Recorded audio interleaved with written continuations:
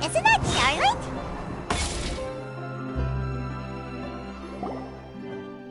I see. So you believe that this warning letter was sent by the Phantom Weasel?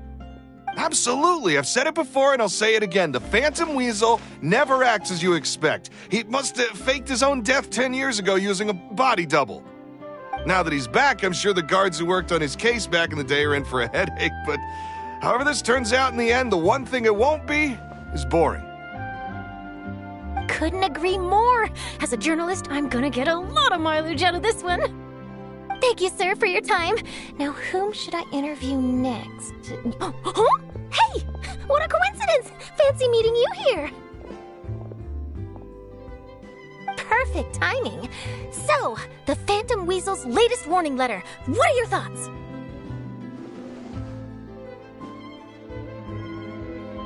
Yeah, this is the first time we're hearing of this one. Could you clue us in? Huh?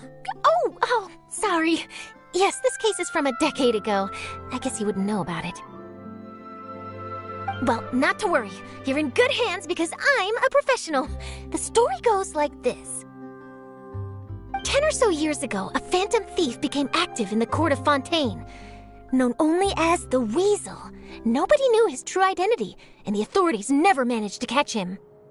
Wow, cool! He sounds like one of those mysterious night burglars that you read about in novels. Precisely.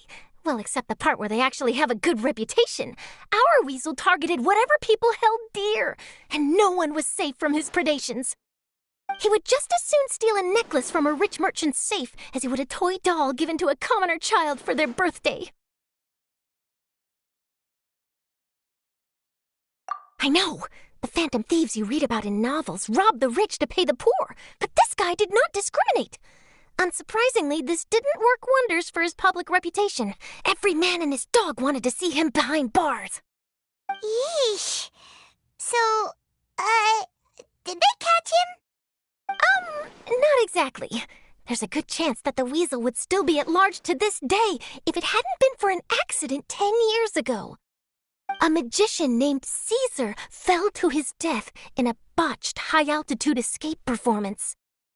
When the police went through his personal effects, they found a hoard of stolen loot and gadgets used for criminal activities.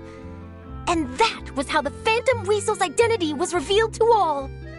Sure enough, thefts in Fontaine went down after Caesar's death. But today, 10 years on, the notorious thief has once again issued one of his warning letters and pasted it on the gate of the Opera Epiclese for all to see. I had to squeeze through the crowd this morning to get a photo as soon as I heard. Here, it's this one.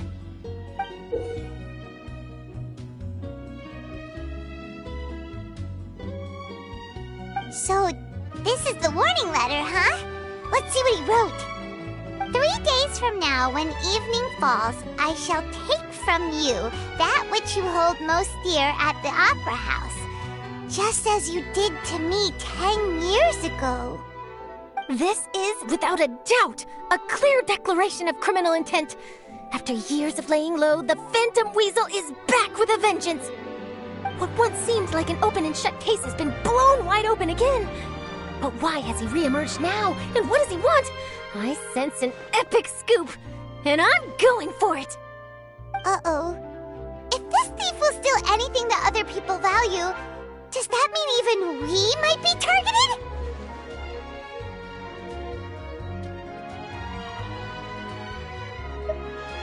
Aww. But Paimon doesn't want to get kidnapped. Well, he'd have to go through you first. You would stop him, right? Okay, the people have spoken. It's clear that the public are very concerned about the Phantom Weasel's reappearance. Let's see, I've got a photo of the letter, my interview notes. Yep, that should be enough to form the skeleton of my article. It does feel like something is missing, though. Something exclusive. Who should I interview next? I need someone with a more concrete connection to the Weasel. Is that who I think it is? Lenny!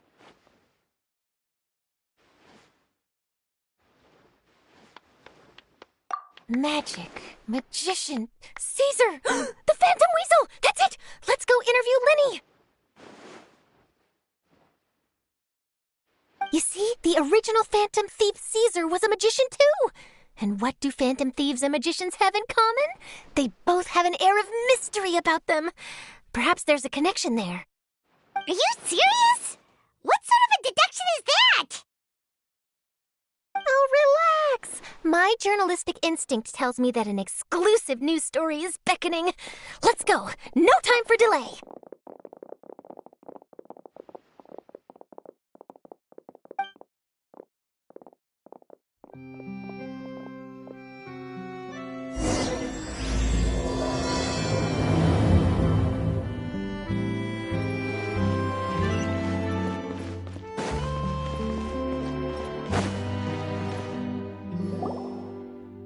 Wow, Mr. Magician!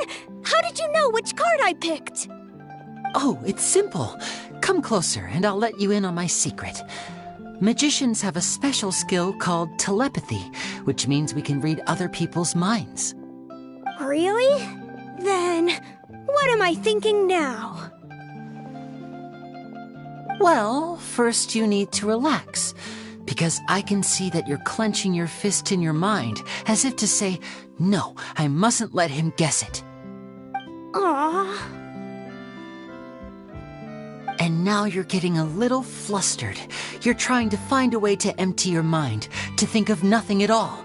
But the more you try to hide a secret, the easier it'll come out. You snuck out from home today, didn't you? You told your family a little lie so you could come out and play. Now, that's not a good habit. You can tell? Oh boy, you really can read my mind. Of course. Oh, and that's the end of my performance. You should really be heading home. Remember to apologize to your family, all right? They must be worried about you. All right, got it. Bye, Mr. Magician.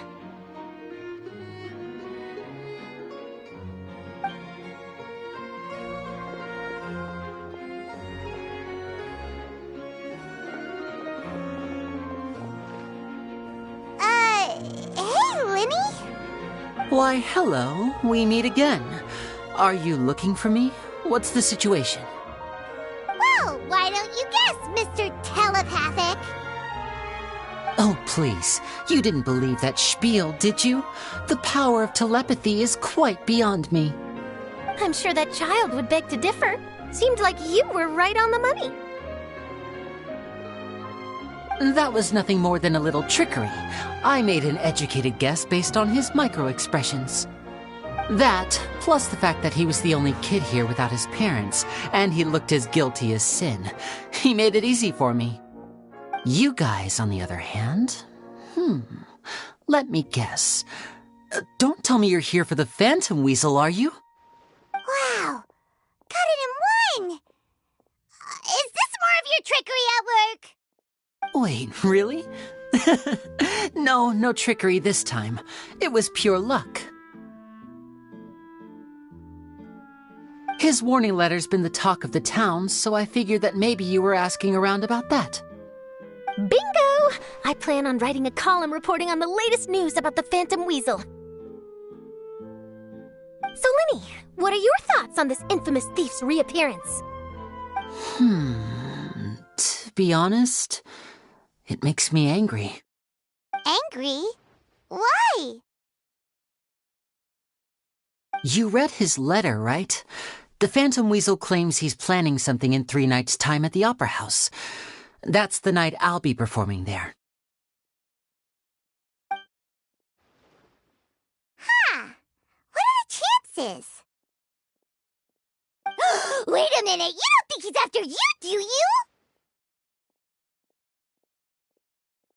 Well, if he is, then his warning is clearly a direct challenge to me personally. And if he's not, then it's still going to be a huge headache for me.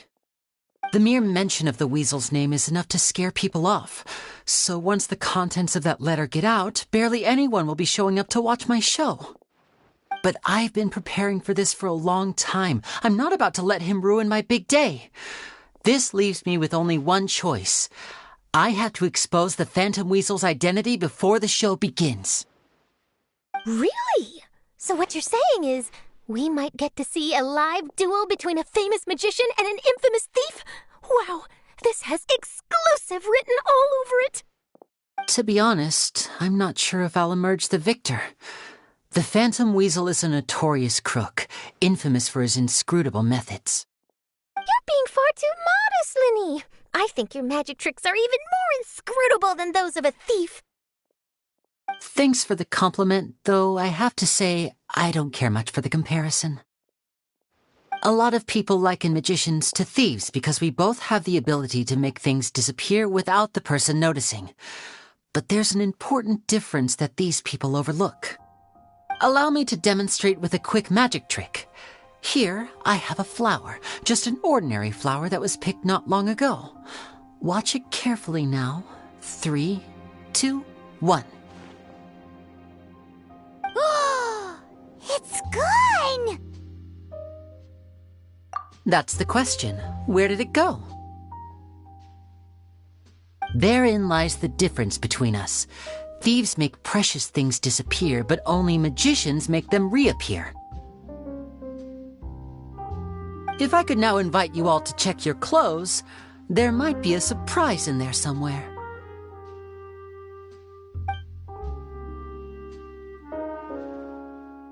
A surprise? Let me see!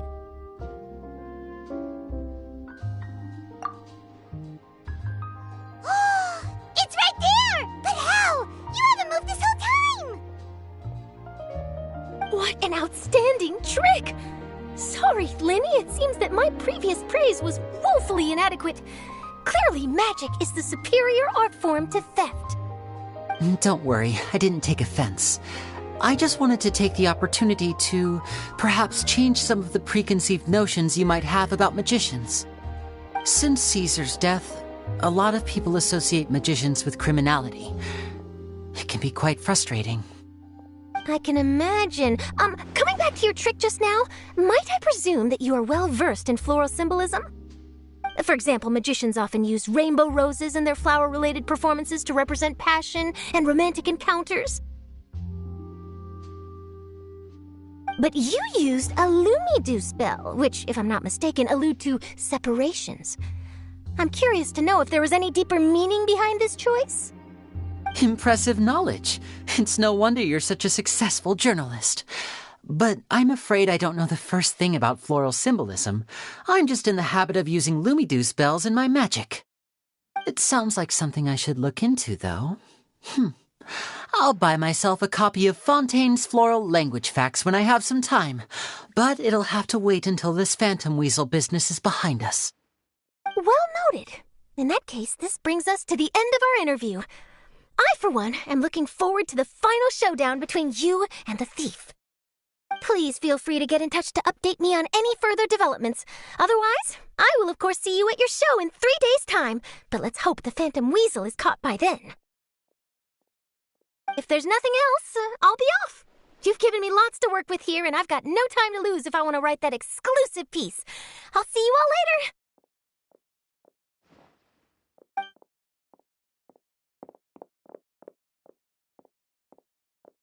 So, Linny, are you gonna tell us how you did that flower trick now?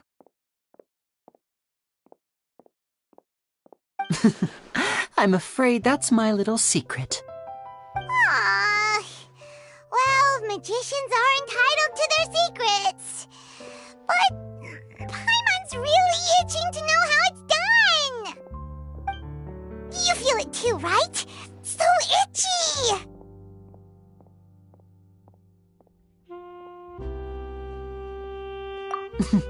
Not so itchy then, huh? Well, since you're so concerned, how would you like to serve as my temporary magician's assistants and help me investigate? Magician's assistants? Oh, that sounds fun! Assistants are technically magicians too! Also, it'll bring us one step closer to figuring out how that darn trick is done! Shall we go for it? Excellent. Thank you for putting your trust in moi. The first thing we need to look into is who Caesar really was. If he truly was the Phantom Weasel, that means that the weasel is dead, and whoever wrote this warning letter is just a copycat criminal. But if he wasn't the weasel? Well, that'll make things more interesting. It would mean that the weasel lives, and he's been laying low all this time in some corner of Fontaine. And if we're investigating Caesar, his fiancée Gemma is a good place to start. Word is that she visits the cemetery often, so I asked Lynette to wait for her there. We should make a move. Let's go and rendezvous with Lynette.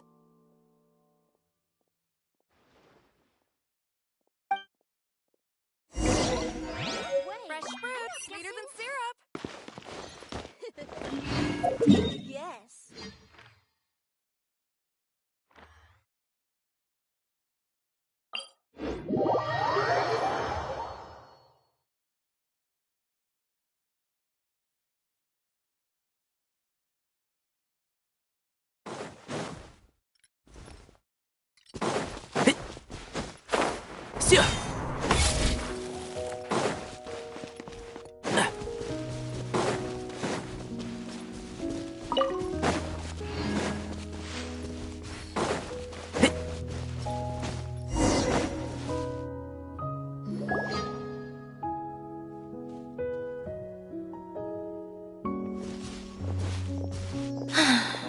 You took your time.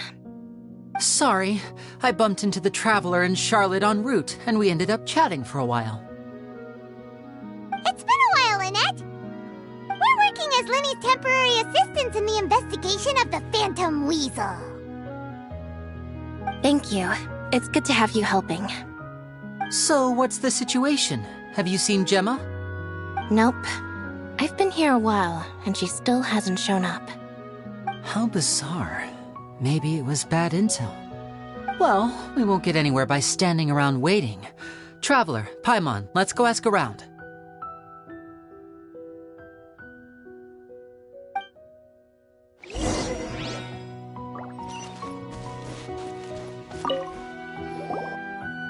Excuse me, good sir. Do you by any chance know a Gemma? Gemma? You mean Caesar's fiancée? Sure I do. What's this about? I'm just trying to get a hold of her because I need her help with something. I heard she comes here a lot. Yeah, she does. Poor thing. It's no secret why, either. She's heartsick. Ever since Caesar passed away, she's been coming here once every week to clean his grave. Often, she just sits there in front of his headstone, lost in thought. Sometimes she talks to herself. I asked her what she was doing once. She said she wanted to speak to him again. She knows he's gone and can't hear her from the grave, but she just likes to spend time there, telling her fiancé all about how her life is going. And she's been doing this ever since Caesar passed away? Oh, so 10 years. Wow, their love must have been really strong. I'll bet. Caesar's reputation fell apart after his identity was revealed, so no one else visits his grave. Gemma's the only one who still thinks about him after all these years. I don't know if the mind lives on in the waters after death, but if it does, I'm sure Caesar must be grateful to have someone who remembers him fondly. If I'm honest, I think this is all so unfair to poor Gemma. Her fiancé was a low-life crook. He doesn't deserve someone like her. Anyway, all of that said, she's running later than usual today. Normally, she'd be sitting in front of his grave by now. I wonder if she's okay. Well, that's everything I know, I'm afraid. You might have more luck asking some other people. All right, well, thanks for sharing all of this with us. We'll keep asking around. You're welcome. I just hope she'll be able to move on one day.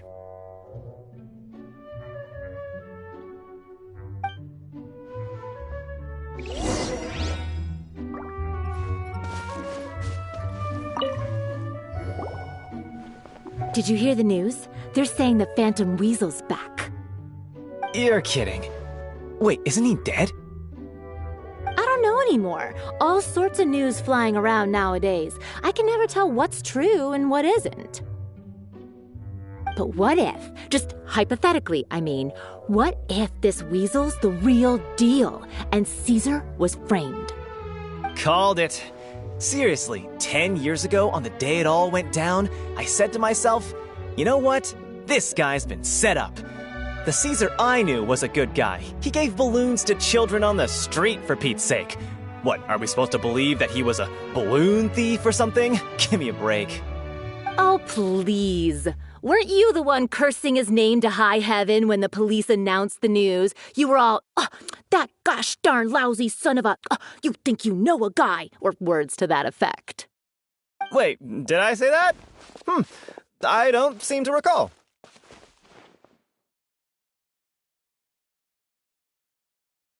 Hello there. Sorry for disturbing you, but I couldn't help but notice you were discussing the Phantom Weasel. We're actually quite interested in this topic as well, but we're struggling to get to the bottom of it. Do you think you could spare a moment to tell us a little bit about Caesar? You've come to the right people. Yep, I was there. Back when Caesar used to perform magic tricks on the street. He was a great magician. The best trick I ever saw him do was pop a transparent balloon, only for a whole bunch of doves to fly out from the inside. I was right up close and didn't blink or look away once. But for the life of me, I still don't have the faintest clue how he pulled it off. Really incredible stuff. I saw him perform too. He always used to bring some gifts along for the kids who came to watch his show, and he'd hand them out after he was done. Sometimes he even got the kids to write their wishes down, and then he'd make the items on the wish list appear in his next show. Huh. He doesn't sound like such a bad guy. But after he died, there were also rumors that he used the wish list to find out what was precious to people, with the intent to steal it later. As I'm sure you know, the Phantom Weasel would steal just about anything from anyone. Whatever the case, now that the Weasel is back, Caesar's become a hot topic once more. I bet Gemma must be pleased. If Caesar's name gets cleared, maybe it'll finally give her some solace after all this time. No, speak of the devil. That's her over there. If you've got any more questions about Caesar, she's definitely the one to ask.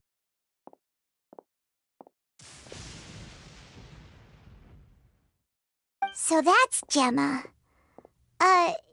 Is it just Paimon, or does it look like something's wrong? Wait, it looks like she's injured. Come on, let's see if she's okay.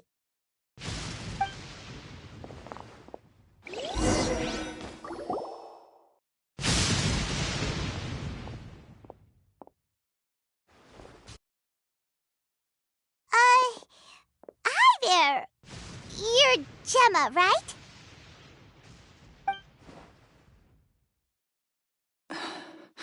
Who's asking? Don't be afraid, we mean no harm. It looks like you're injured. How bad is it? Thanks for your concern, but you didn't answer my question. Who are you, and what do you want with me? My name is Linny, and this is my sister Lynette.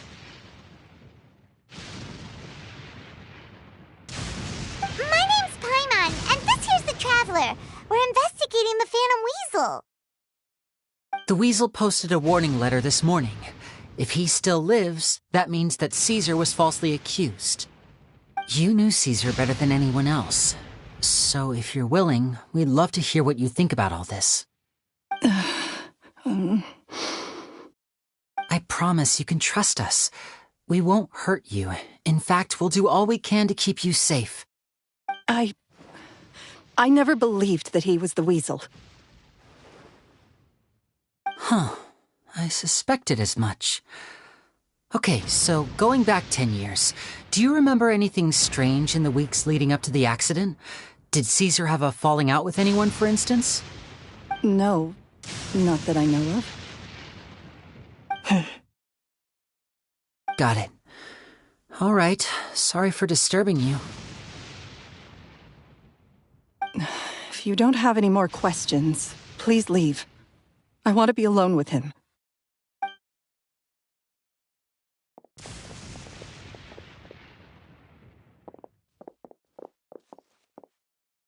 Judging by the look on her face, there's definitely something fishy about her. She's lying. She definitely knows something.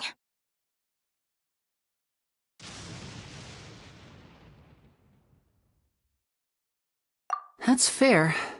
We're just a bunch of strangers who showed up and started questioning her about things that happened a whole decade ago. It makes sense that she'd be wary around us. In any case, I doubt we'll get any further here, so let's call it a day. Meet me outside Hotel de Boer tomorrow, and then we'll start the next step of our plan.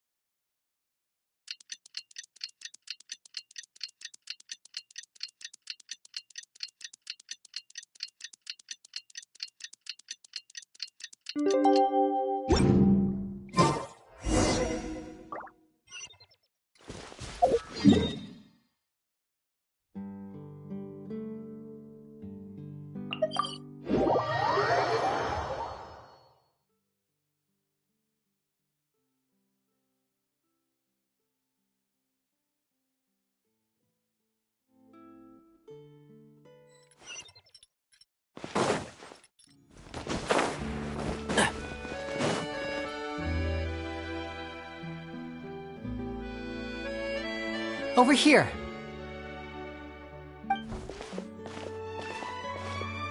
Lynette's not joining us today? I've had her follow Gemma and see if we can make any inroads with her. They should be at a cafe right now. Still, I don't think that Gemma's likely to open up to us. So, we need a contingency plan.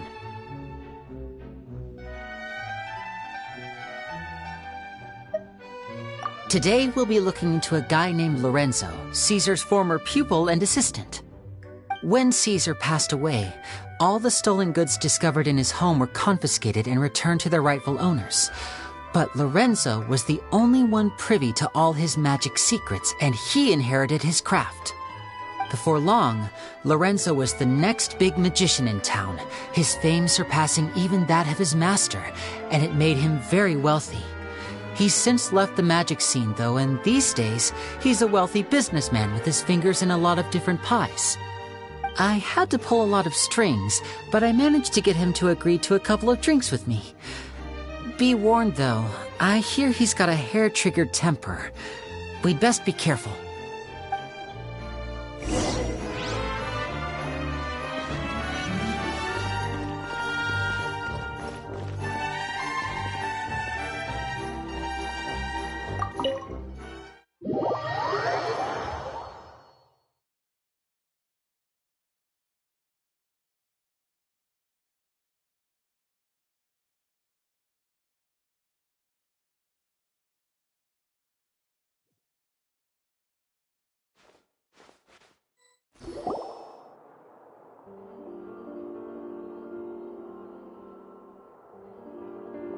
You neglected to mention that you were bringing 2 other people with you. My apologies. These 2 are my assistants. When they heard that I was meeting with the former magic maestro himself, they begged and pleaded with me to bring them along. And if it's no trouble, a couple of autographs would really make their day. Oh, forget the pleasantries, just sit.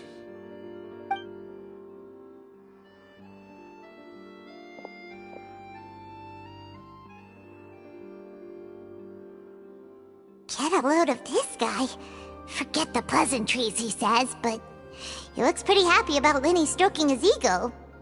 I only agreed to meet since we're both magicians. Do me a favor and cut to the chase. I have more important things to do than drinking. Much obliged, sir. As it happens, the matter I want to address is also related to magic.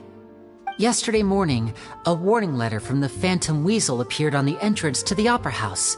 He claims to be planning something for the same evening that I'm scheduled to do a magic show there. As such, I believe that I may well be his target. I have to get to the bottom of this to ensure that my show can go ahead as planned. Naturally, any investigation into the Weasel starts with a few questions about Caesar, who... What is there to investigate? Caesar was the Weasel and he's been dead for 10 years. So what if some sick creep thought it'd be funny to write a warning letter? It changes nothing. Are you trying to tell me you actually bought it? Please, sir, no need to get so worked up. I do concede that a copycat is but one possibility. Possibility? It's a fact, Lenny. Look, my patience is limited, so listen carefully while I'm still willing to put up with you. The Weasel is dead. Period. Everyone knows that, so do yourself a favor and quit this investigation. It'll lead you nowhere. Look, if this affects your magic show in any way, I will personally compensate you for any losses. Oh, sir, I'm honored, really. But this isn't about finances for me. My pride as a magician is what's at stake here, Lorenzo. Copycat or not, this person has thrown me the gauntlet, and I must meet their challenge head on. Your pride? Don't mince words with me, boy. Just tell me, what exactly are you seeking to do? I want to find out the Phantom Weasel's true identity. I have to know for myself what really happened 10 years ago. What would that accomplish? And what do the events of 10 years ago have to do with you, anyway? Look, you of all people should know that a magician never reveals their secrets. And in any case, dead men don't talk.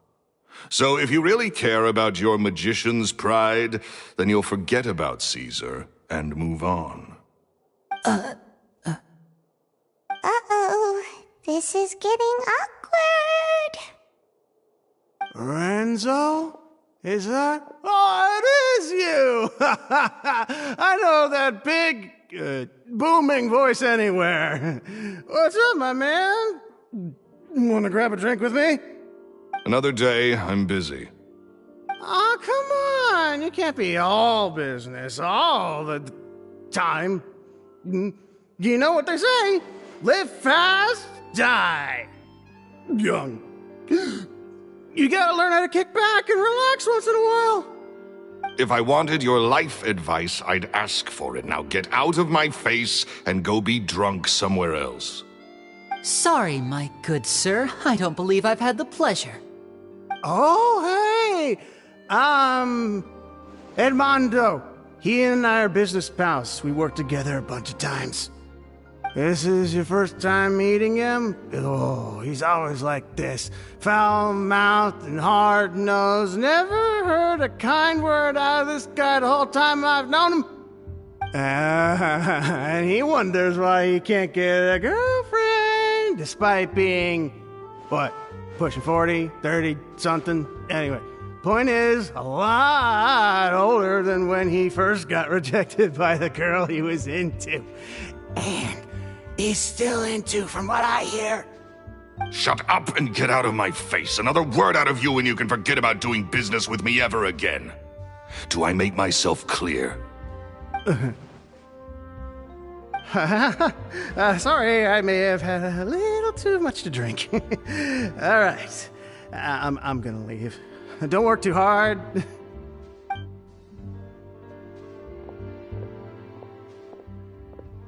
I think it's high time I made a move as well. If you really want to investigate this, Lenny, be my guest. But if nothing good comes of it, don't say I didn't warn you.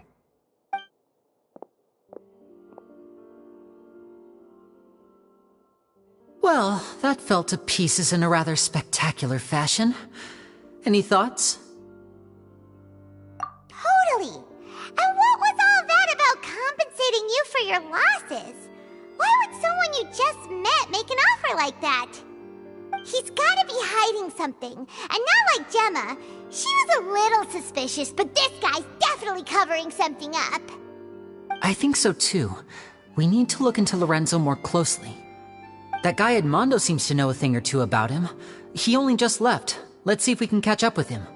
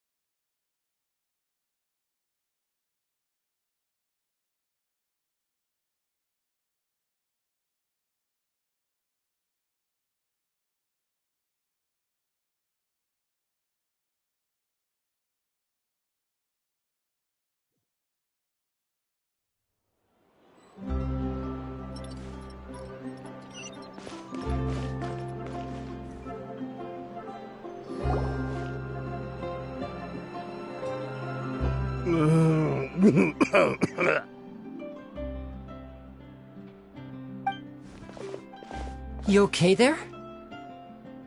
Who are you? Oh, it's you guys. Don't worry about me. I must have had one too many. I just need to ride it out. I say way too much back there, didn't I? Yeah, I nearly talked myself into complete financial ruin. Note to self, no more drunken chats when Lorenzo's around. So, he was serious about threatening to cut you off? Ugh, Paimon knew he was a bad egg. Hey, just keep your voice down. Don't go prying into Lorenzo's personal affairs. Bad things happen to people who ask too many questions, or make an enemy out of him. What kind of bad things? Don't even ask. I'm sorry. I'm gonna have to cut this conversation short. I'm not crossing that line again. And take it from me, trouble with Lorenzo is one thing you don't need in your life. You saw him flare up back there. I don't know what you said to him, but clearly it touched a nerve. That's not a good sign. You're too young for this. Don't get in over your head. I'm leaving.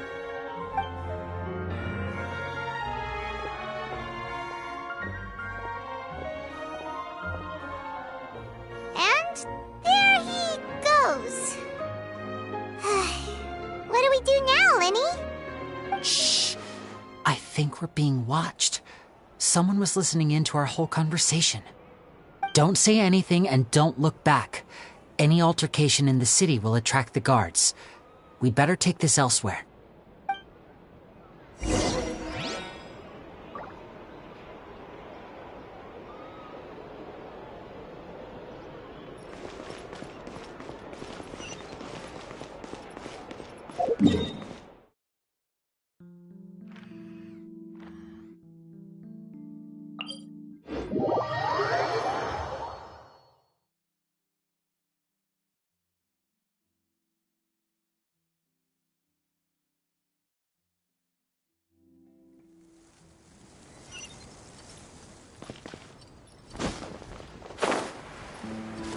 Keep up!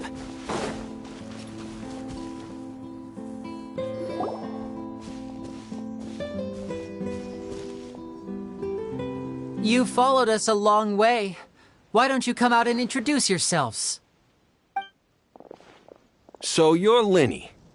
And where's your sister? Ain't she with you today? Save us the trouble and go fetch her for us. Let's not drag this out. Paimon doesn't like the tone of your voice, mister! Who sent you, huh? Save your questions, missy. You ain't gonna need answers where you're going. Capiche? Looks like we can't avoid this fight.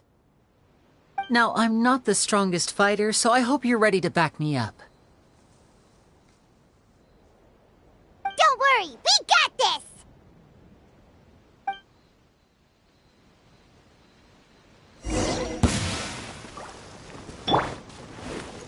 Stand with me! And who do you think won with the forest? I'll uproot you! Incinerate! Breath of the flame!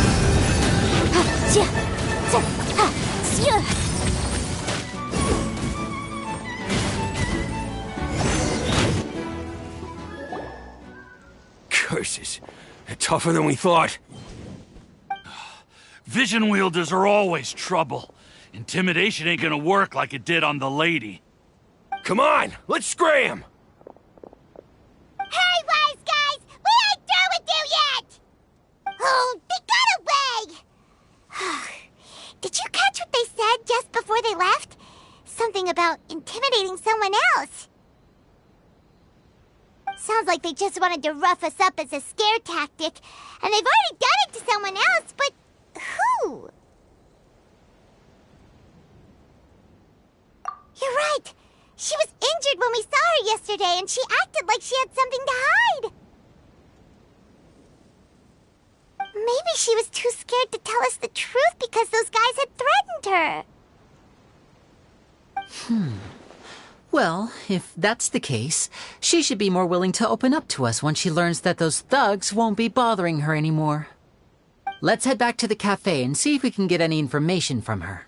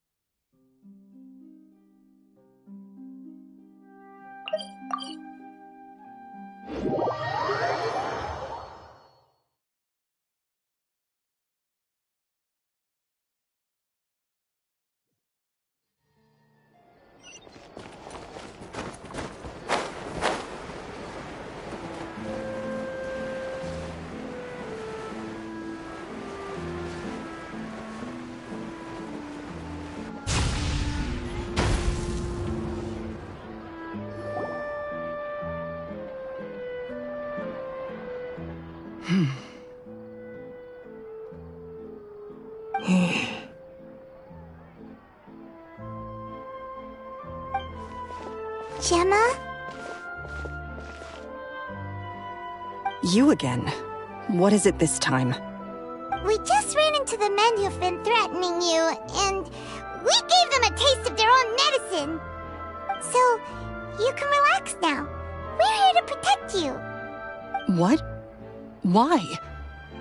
I didn't tell you anything. Why would they come after you? Sounds like they're no strangers to you. That's putting it mildly. I know them all too well, and I hate them with every fiber of my being. It's been 10 long years, and still every time I try to look into Caesar's death, they show up and warn me not to do anything stupid.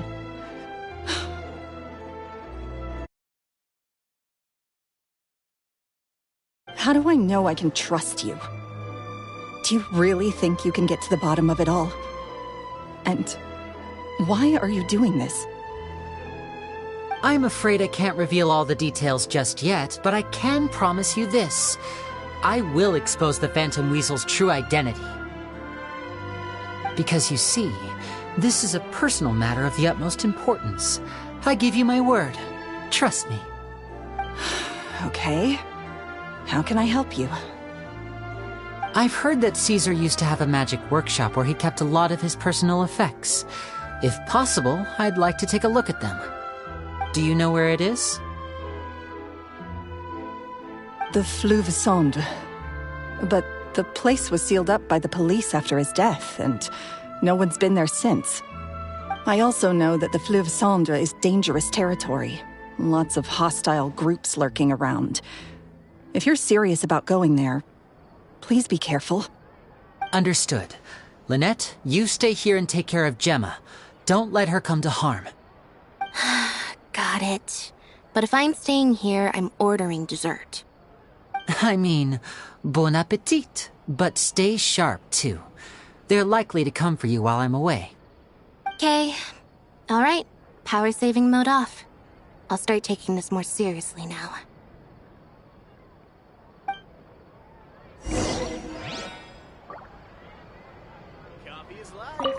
With me here,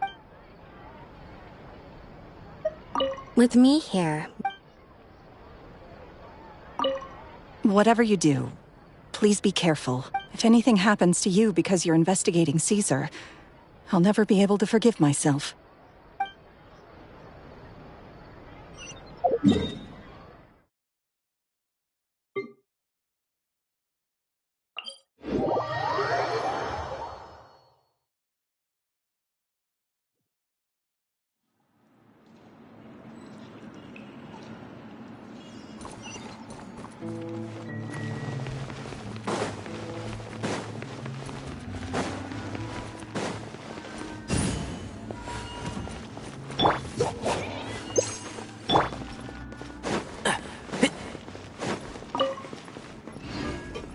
Keep up.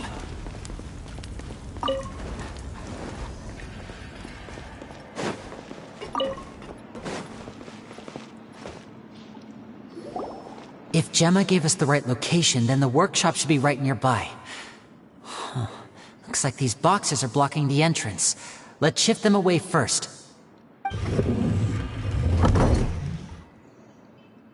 There we go. It should be just down here.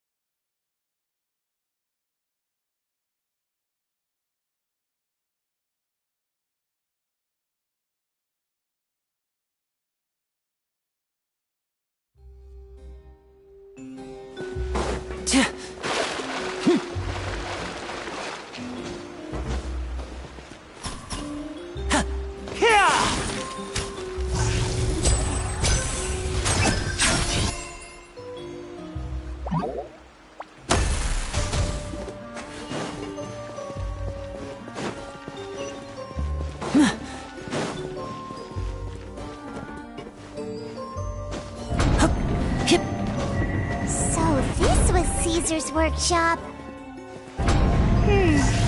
Nothing suspicious here, just normal magic props. Let's head in further. What was that? Oh, is this one of Caesar's gadgets? Guess we must have triggered some sort of device.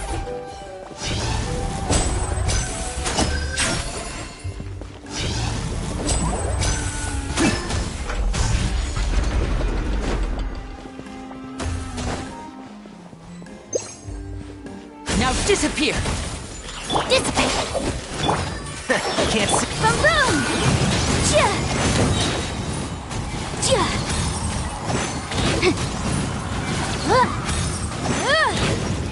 Inadmissible evidence! Motion to compel!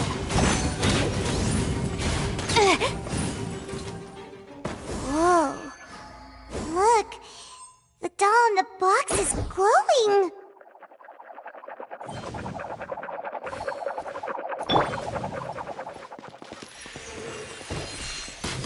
There's something written on the card on this doll. Let's take a closer look.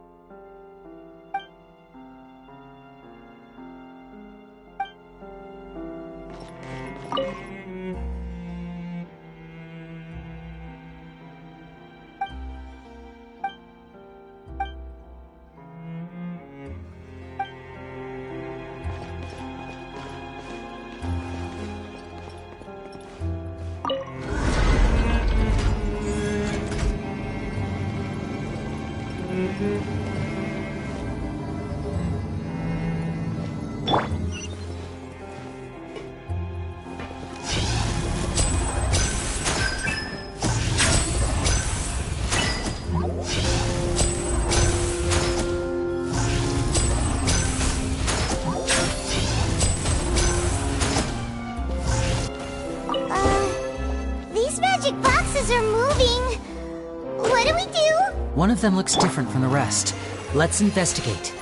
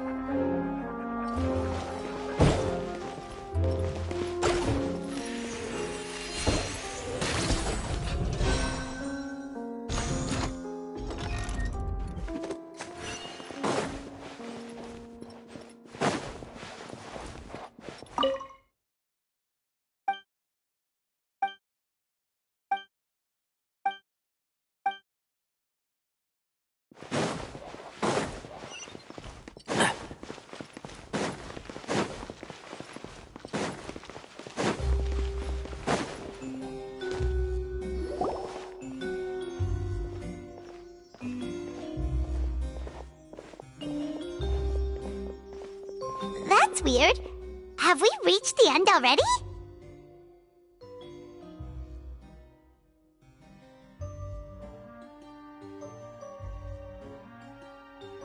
There's nothing here. Maybe this was a wasted trip.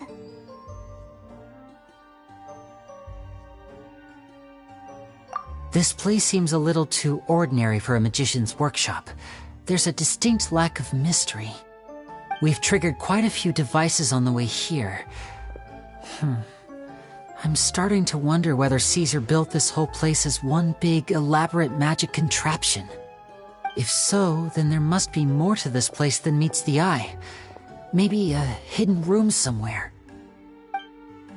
Aha! If I just move this book, then hopefully... and... presto! A secret passageway! How did you know? I'm a magician too, and apparently great minds really do think alike. Looks pretty big inside. Let's head in and take a look around.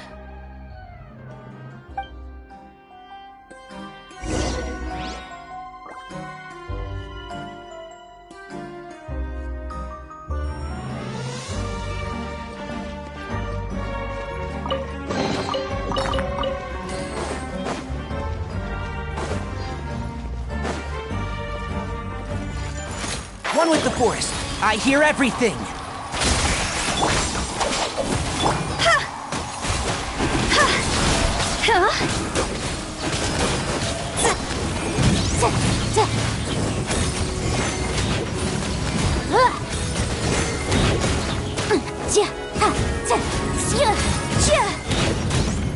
And Shroud.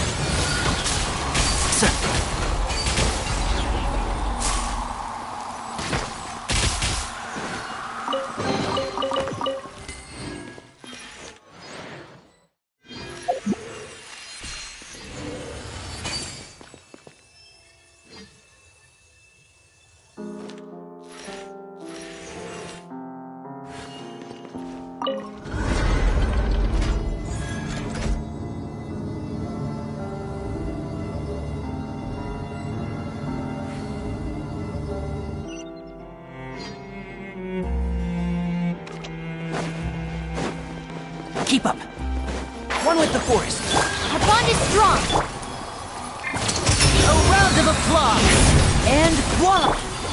Let's nip that in the bud. Motion to compel. Time for your arraignment. Incinerate. Stand with me. And Shroud.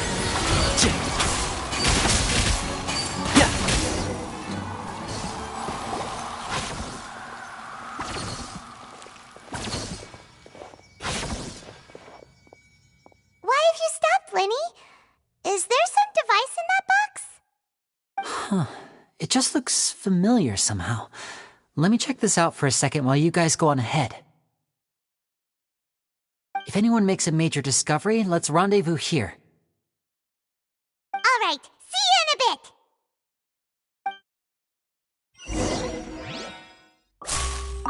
The placement of this device inside.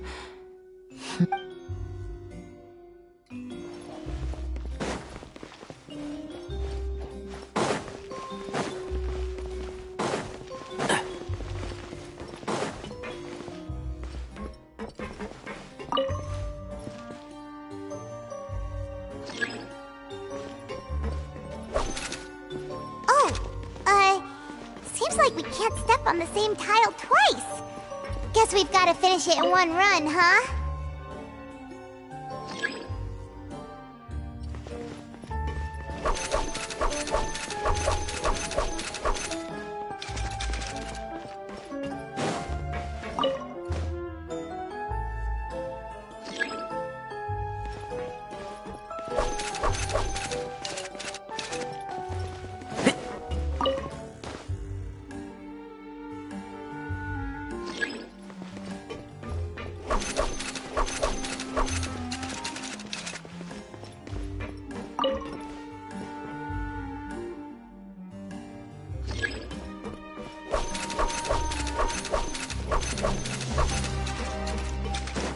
Keep up.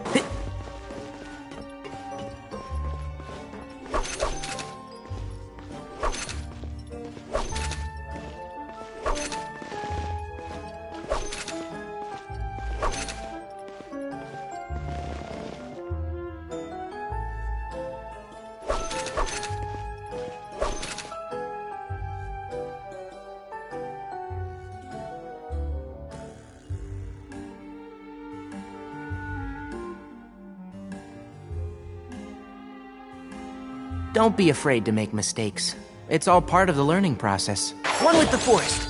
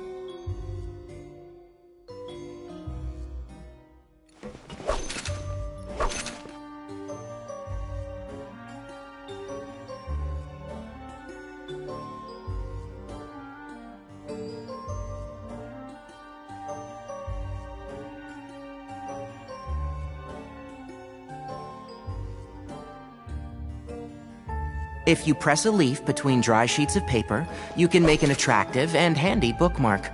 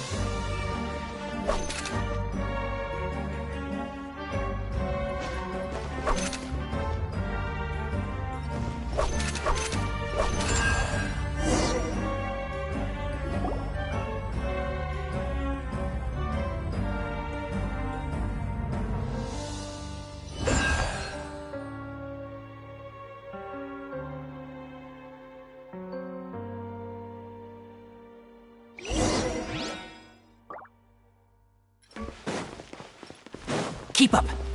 Wow! There's a hidden room here! This book's thick as a brick! Let's take a peek inside it, shall we?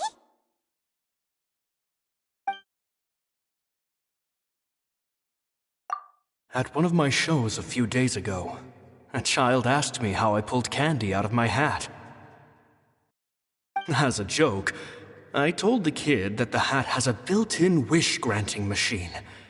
Next thing I know, today a whole bunch of kids were pestering me to pull all sorts of things out of the hat. So I told them another white lie. The machine needs time to power up, but in the meantime, you can write your wishes down. Well, they took me up on that offer, enthusiastically. As I write this, I've only just got back from running around all over town, buying the things they wanted. Boy, are my legs sore. I wound up saving very little this month, but that's not a major issue. I now have a bigger problem. How am I going to hide all these things inside my hat?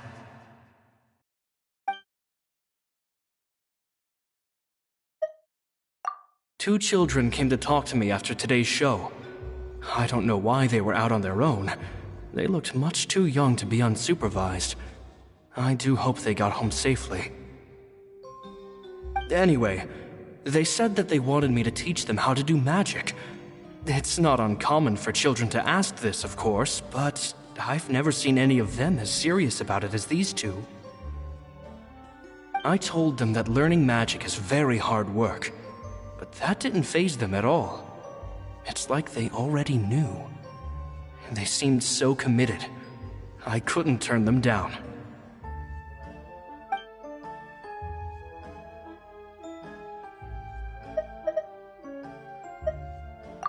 It seems like something's bothering Lorenzo lately, but he won't open up to me about it. Surely he's not upset that I agreed to teach those two children. I'll have to talk him around. I have a good feeling about those kids. They're naturally talented, and it seems like they're not new to the world of magic. They have all sorts of fantastic ideas. All I'm really doing is helping them develop a more professional standard training plan. They wanted to call me Master, but I told them they absolutely mustn't. Any magician worth their salt could have taught them what I have.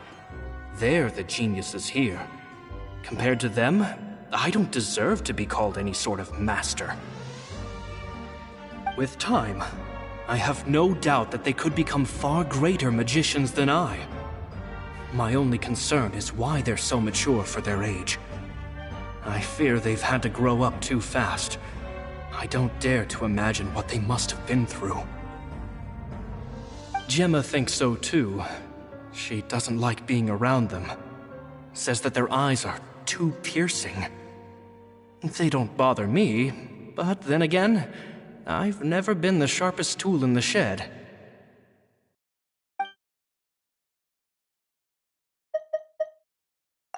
It's nearly time for me to go on tour. I asked the two kids if they'd like to come with me, but they shook their heads. I once overheard them talking about their father and their mission. Sounds like their parents have other plans for them. I guess we'll be parting ways soon. It's only been 10 days since I first met them, but I think that I've gotten a feel for their personalities now. They're very tough, but also very cautious, and they trust no one but each other. This, I fear, is not a good habit to have. They hide things from me too. For example, when I asked them where they live and why they wanted to learn magic, they lied. That's the thing about children. Whenever they're trying to cover something up, it always shows somehow. I can sense that their lives have been hard, possibly even dangerous too. They're not like other children. It's a shame that I can't do more to help them. After thinking things over, I decided to tell them a bit about how I see the world. It's full of lies and falsehoods, and that is why we must find our own truth. P.S. I hope they won't find my nagging annoying. Children are so opinionated nowadays. Will it do them more harm than good for someone they've only known 10 days to lecture them like that? P.P.S. Maybe I'm overthinking this. Children aren't interested in grand philosophies. It probably just went in one ear and out the other. I bet they've already forgotten every word I said. Oh, Caesar, Caesar. Just mind your own business next time.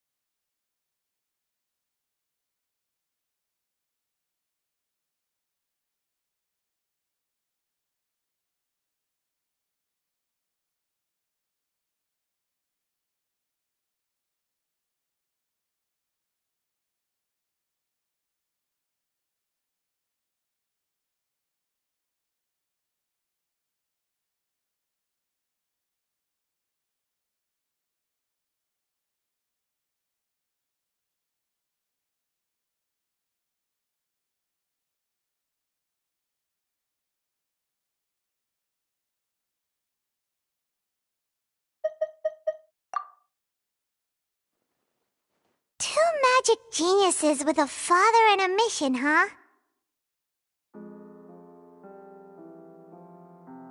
Sounds a lot like he was writing about Linny and Lynette, don't you think? So did they meet Caesar when they were kids? Let's go ask Linny!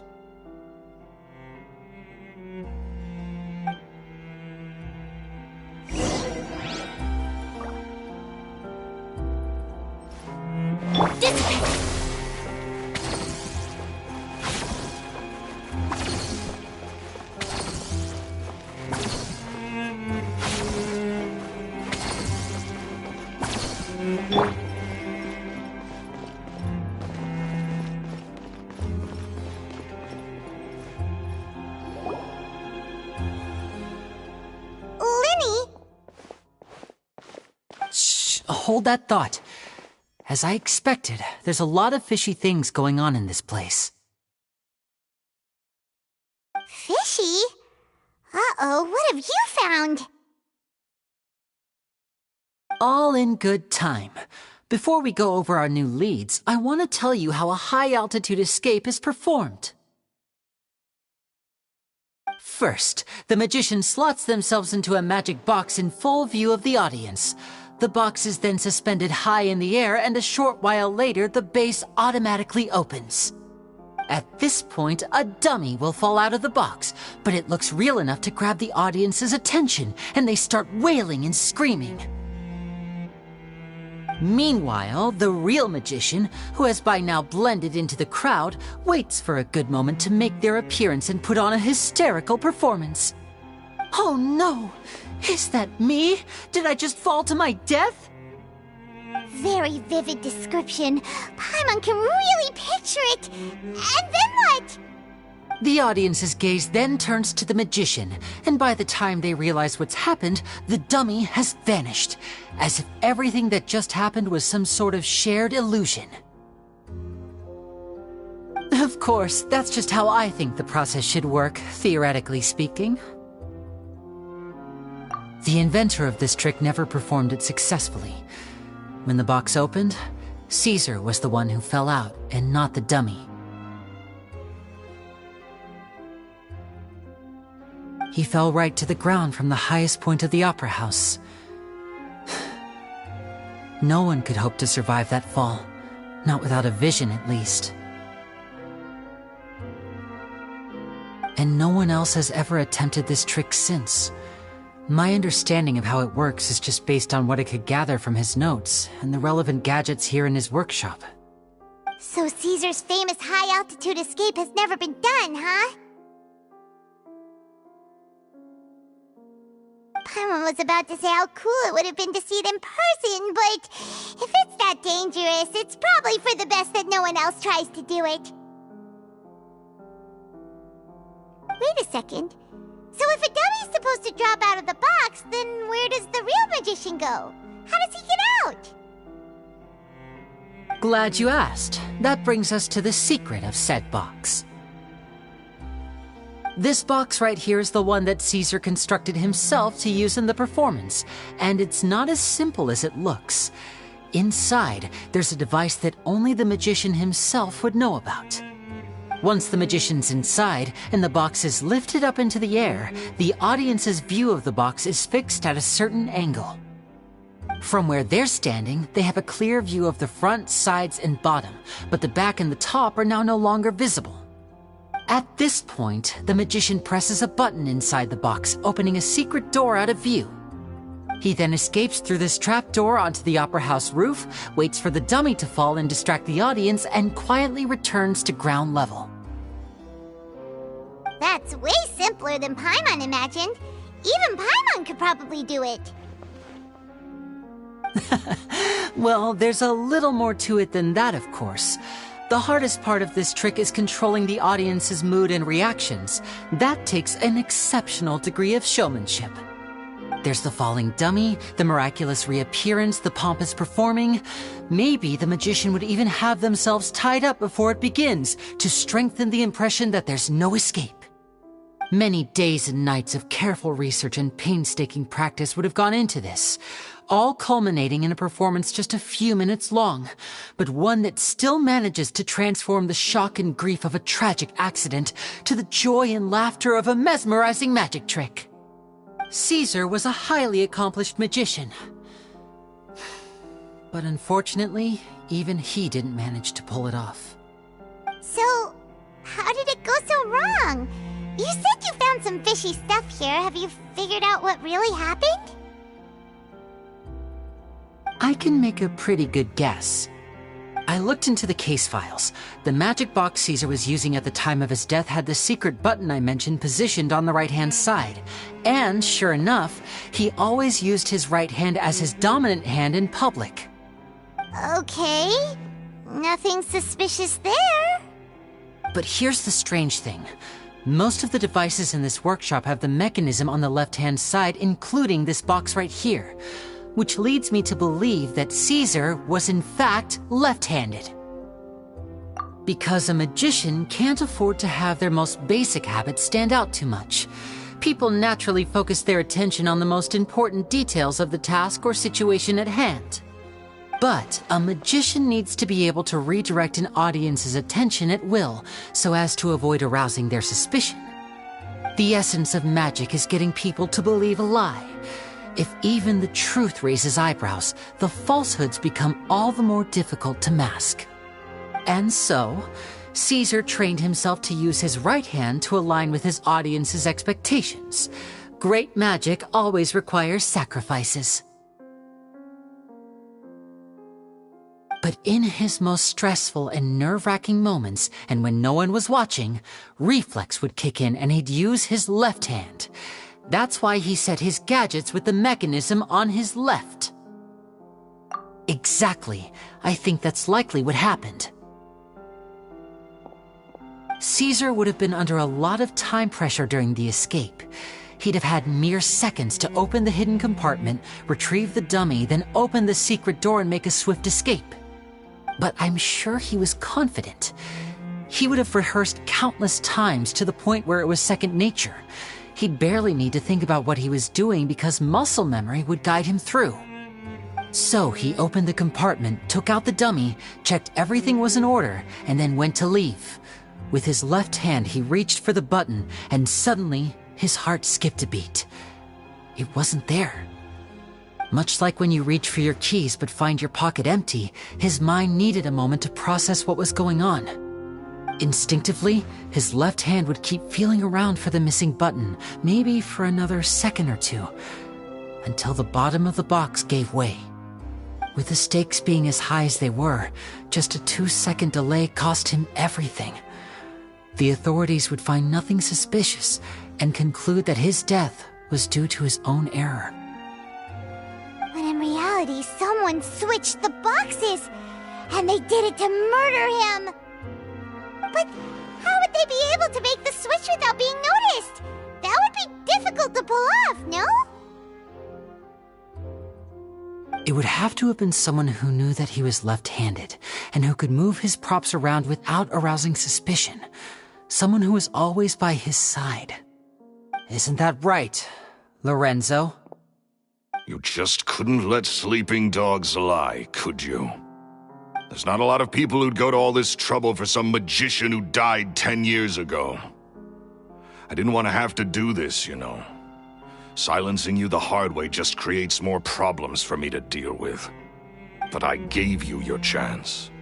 I hoped you'd do what's good for you and back off like the lady, but you disappoint me. You mean Gemma? So you are the one who's been threatening her! Yes, although however stubborn she might be, she was never much of a liability. But you people, you never even knew him, but for some reason you just wouldn't drop it. Which is why you can't leave this place alive.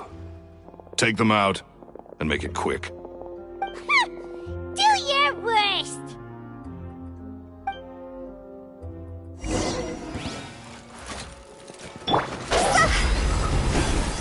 Time to go!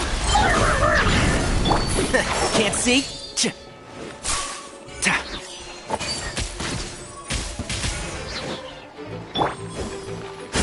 right up.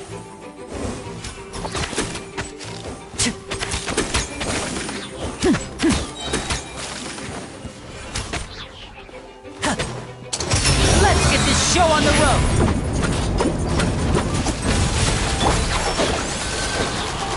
Our bond is strong. I'll settle. Wrap up the flame. Emotion to compel.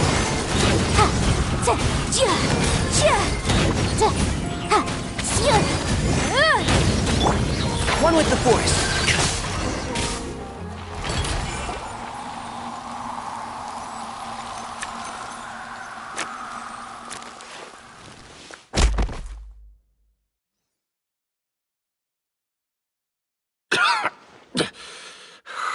You kids are tougher than you look.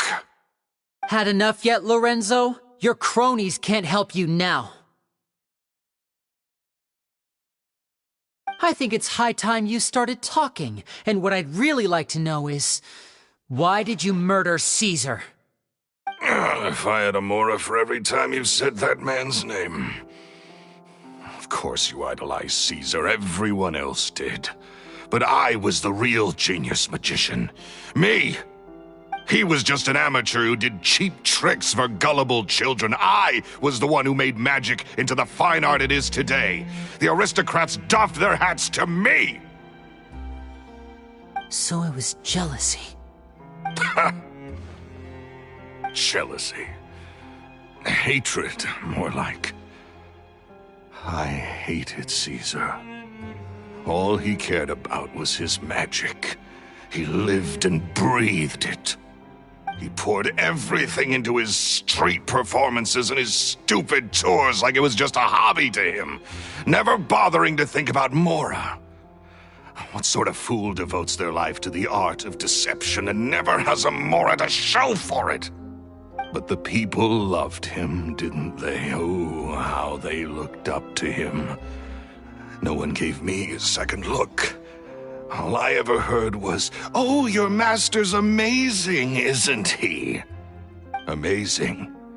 Yeah, so amazing that he was completely broke. Every other apprentice was living it up at their master's expense, but no, not me. I put in all the work, mastered all the skills, and it brought me nothing more than the life I already had.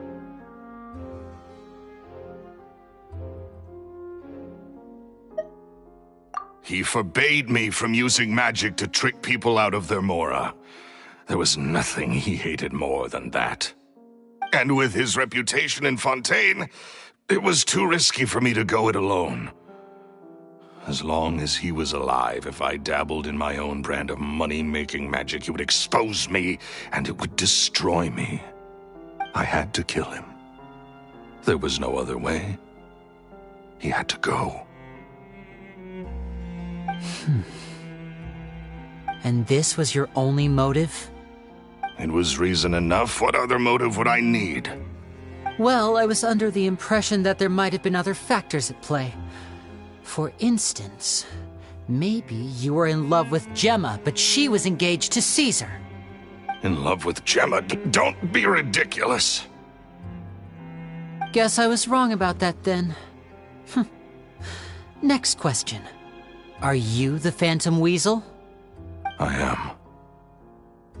Caesar was so strict with me. He insisted that his way was the right way, that the sole purpose of magic was to bring joy to the world. I never bought into any of that. I was more interested in the practical value of magic. Sure enough, it helped me fill my pockets with all kinds of valuable treasures.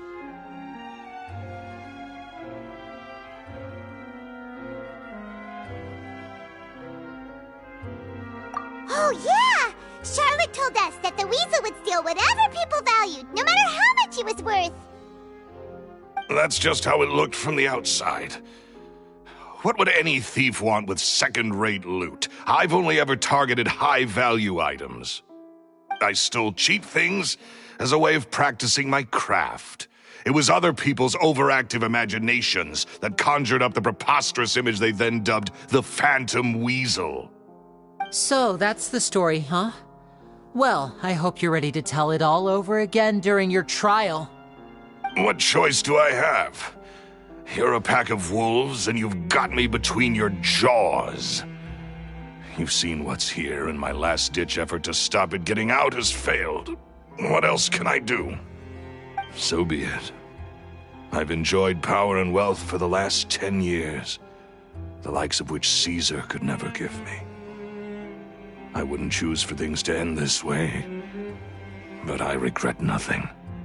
Very well. In that case, I'll contact the guards. Traveler, Paimon, keep an eye on Lorenzo for me. I'll meet you just outside the workshop when I'm back.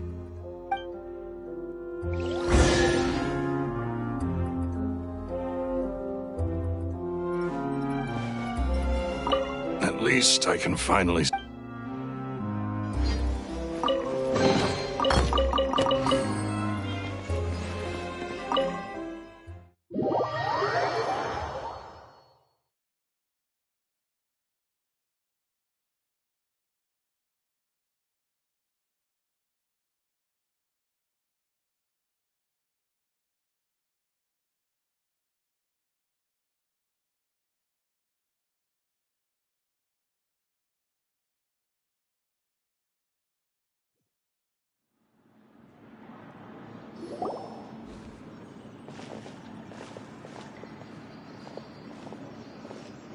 Lily has told me the whole story.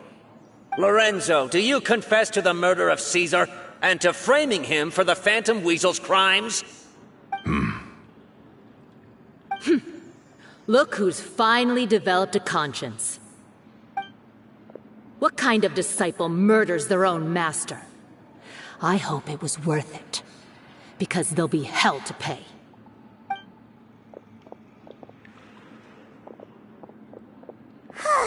Looks like it's all over. What should we do next, Lenny? Should we start preparing for your show? Let me think. Let's rendezvous with Lynette and Gemma first. With Lorenzo in custody, Gemma will no longer have to fear for her safety. Good point! We should go tell Gemma the good news right away! It'll give her some peace of mind for sure!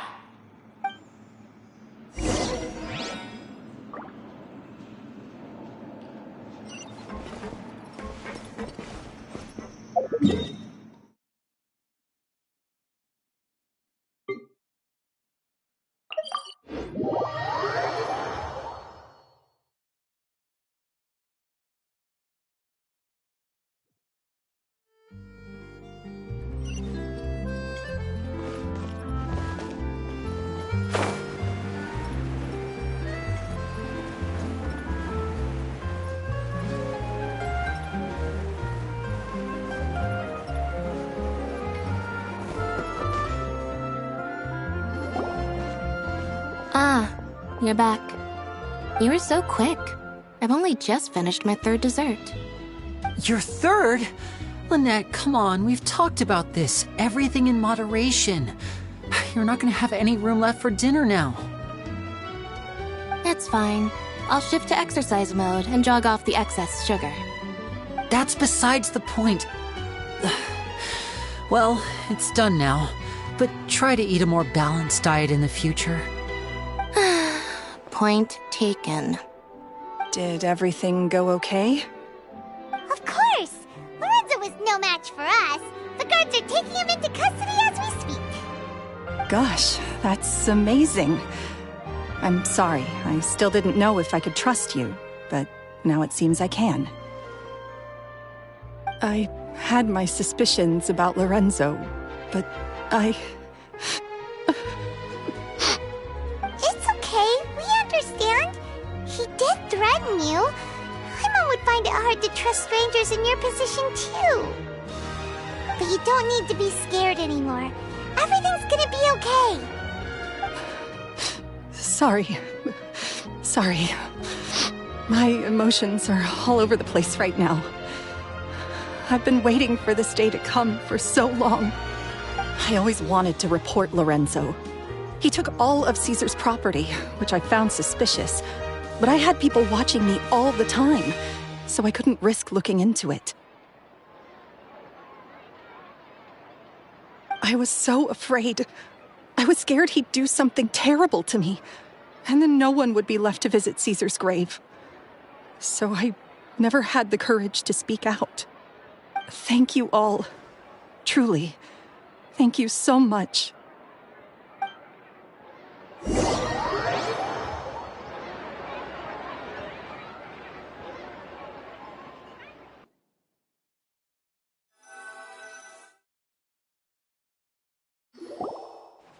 Thank you all for clearing Caesar's name. I never would have guessed that Lorenzo was the real Phantom Weasel. He never showed any signs that there were problems between him and Caesar in public. From the outside, it looked like they got along great. To think that lowlife's been living life to the fullest all this time, while Caesar's name was getting dragged through the mud. It's a travesty. At least his soul can finally rest in peace now, thanks to your efforts.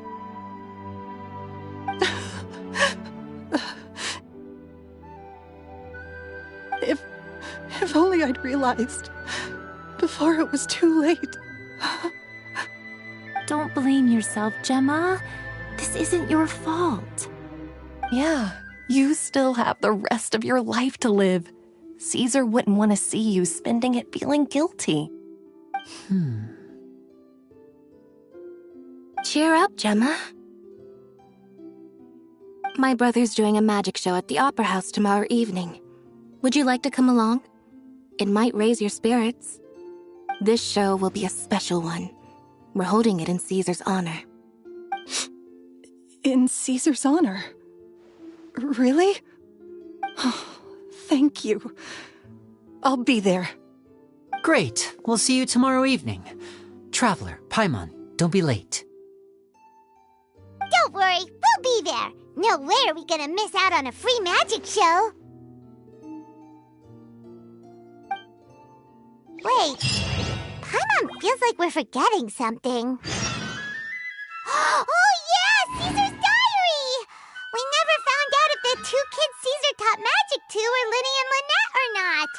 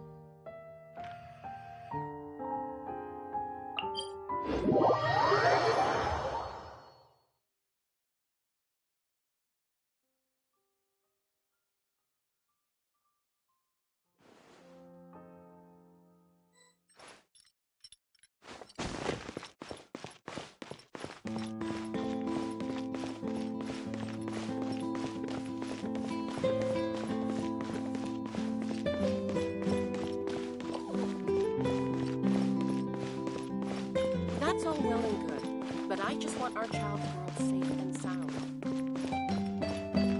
Honestly, I'm not a big fan of opera. No two cases are alike. Welcome to the opera at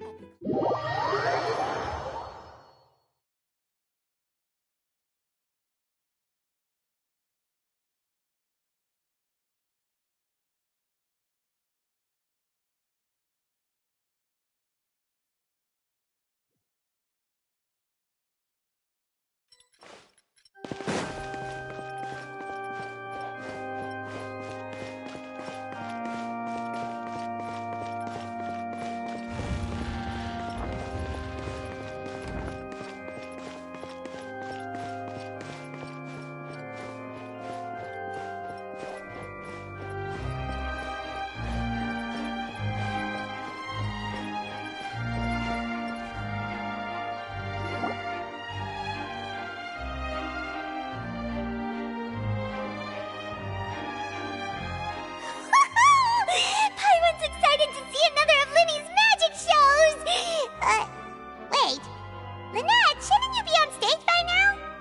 Not this time. My brother's going solo today. So, I'll be watching with you. Good evening, ladies and gentlemen. I hope everybody's ready because the show is about to begin. The great magician Linny has prepared a spectacular show for us all tonight, concluding with an all-new grand finale that no audience has ever seen before. Thank you all so much for coming. Now, prepare to join me on a journey through the mystical and miraculous.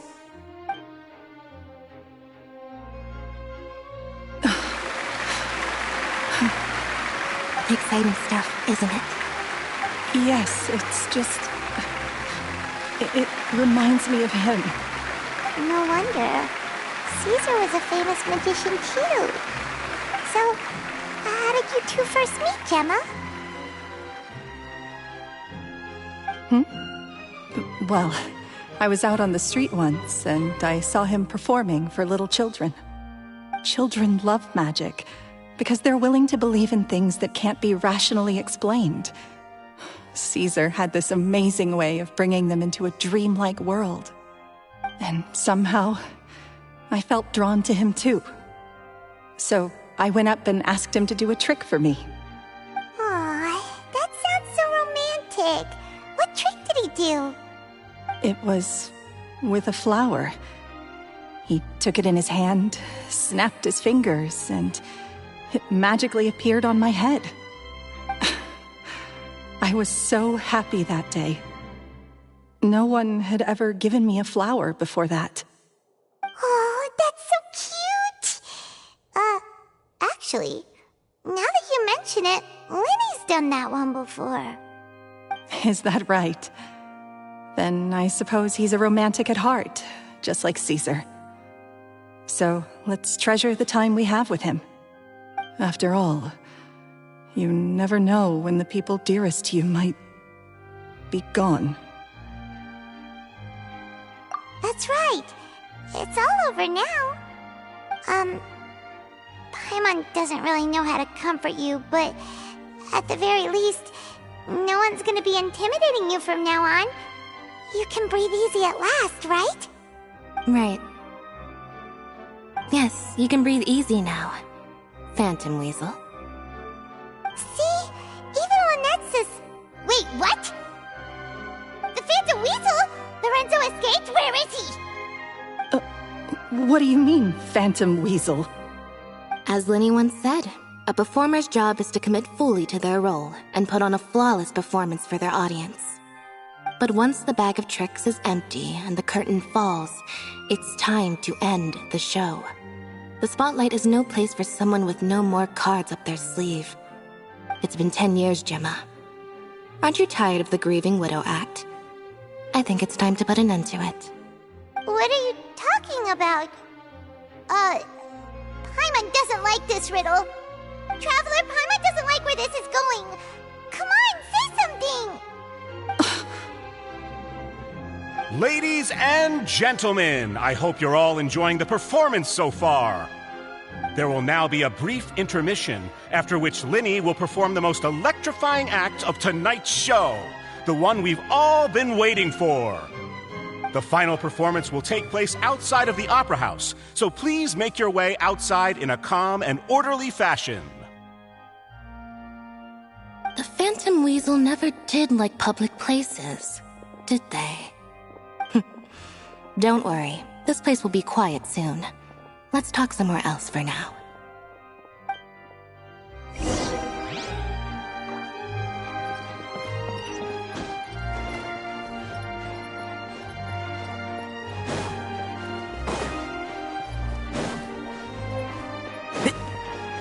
Keep up.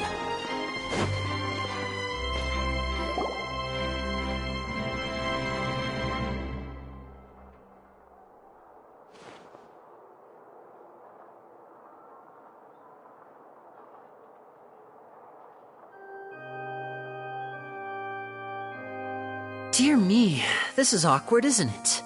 And unfortunately, I'm all out of gadgets, so I'm afraid I can't do any tricks to liven up the mood. This is a big mistake for a magician to make, but thankfully I do have a backup plan. Now, who wants to hear a story? Lenny, don't we have more important things to address right now? Lynette accused Gemma of being the real Phantom Weasel a moment ago. Oh, what the heck's going on? All in good time. Magicians are good at guessing what people are thinking. I know the questions you want to ask. And as it happens, the story I'm about to tell might answer a few of them. Really? Well then, let's hear it! Paimon's dying of curiosity here! Let's go back to the very beginning. A decade ago, when the Phantom Weasel was terrorizing the court of Fontaine. She never missed a target, never left a trace, and no treasure was safe from her thieving hands. But as her infamy grew, so did the readiness of the police, and her opportunities to act became ever fewer. Every day, she ran the risk of being exposed for who she was. Of course, she could not simply take this lying down, and before long, she found her ticket to freedom. She would create a scapegoat, a false weasel to close the chapter on her behalf. After weighing her options, she set her sights on a renowned magician, Caesar. After all, magic and theft shared enough similarities for people to buy the story when the truth came out. So then what? Being the master deceiver she was, the weasel easily earned Caesar's trust. Now all that remained was to frame him for her countless crimes. But as she was considering how to make her move, she noticed Caesar's aggrieved pupil, and a new thought entered her mind. Maybe I don't need to get my hands dirty after all. At her encouragement, Lorenzo tampered with Caesar's magic box, causing him to fall to his death. Afterwards, Lorenzo seized his master's property, and the weasel set about tarnishing Caesar's reputation. Two co-conspirators committed the perfect crime.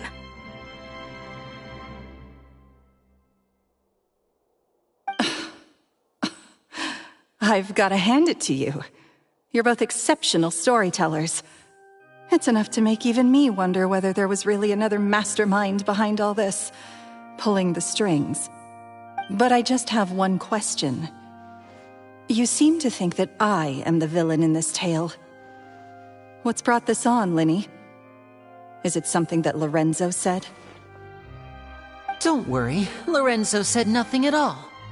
But I never believed that he was the weasel, and in fact, my investigation only made me more certain of that. He was too forthcoming with his confession, as if there was something else he was trying to hide. How disappointing.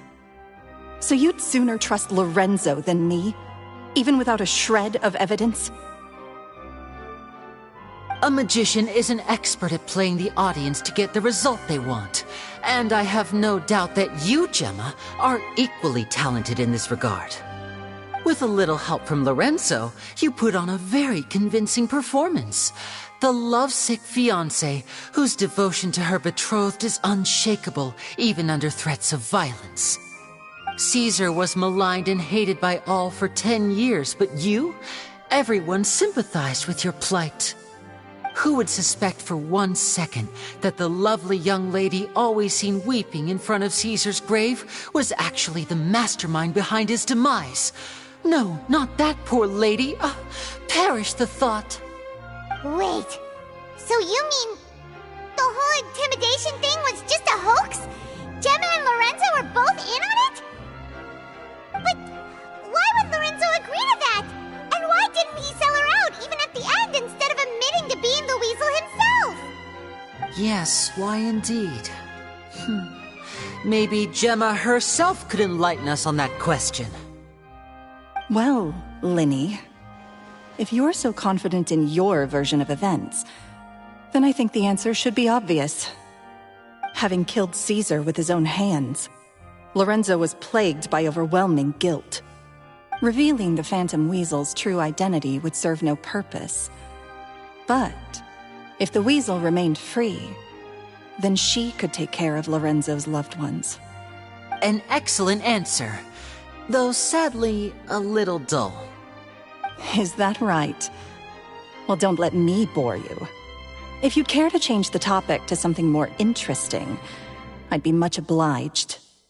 As a matter of fact, there's one thing I'd really like to understand. Why would the real Weasel have targeted things that only have value to other people? Could you shed any light on that? Of course. After all, we're just telling stories here, aren't we? If I had to guess, I would say that the real Weasel must have had a terrible childhood. Left to fend for herself after her parents died young. Betrayed, scorned, beaten. She'd scrounge waste paper from garbage bins to draw on, using twigs and dirt for lack of ink and pen. She'd sew ugly ragdolls from whatever scrap material she could get her hands on. This was her only source of happiness in life. But it was all she needed, and she was content. Until the world decided that even this was too good for her.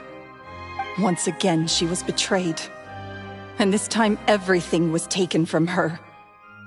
She felt like life was a miry pit that dragged her further down the more she struggled to escape. At that tender age, she should have been happy.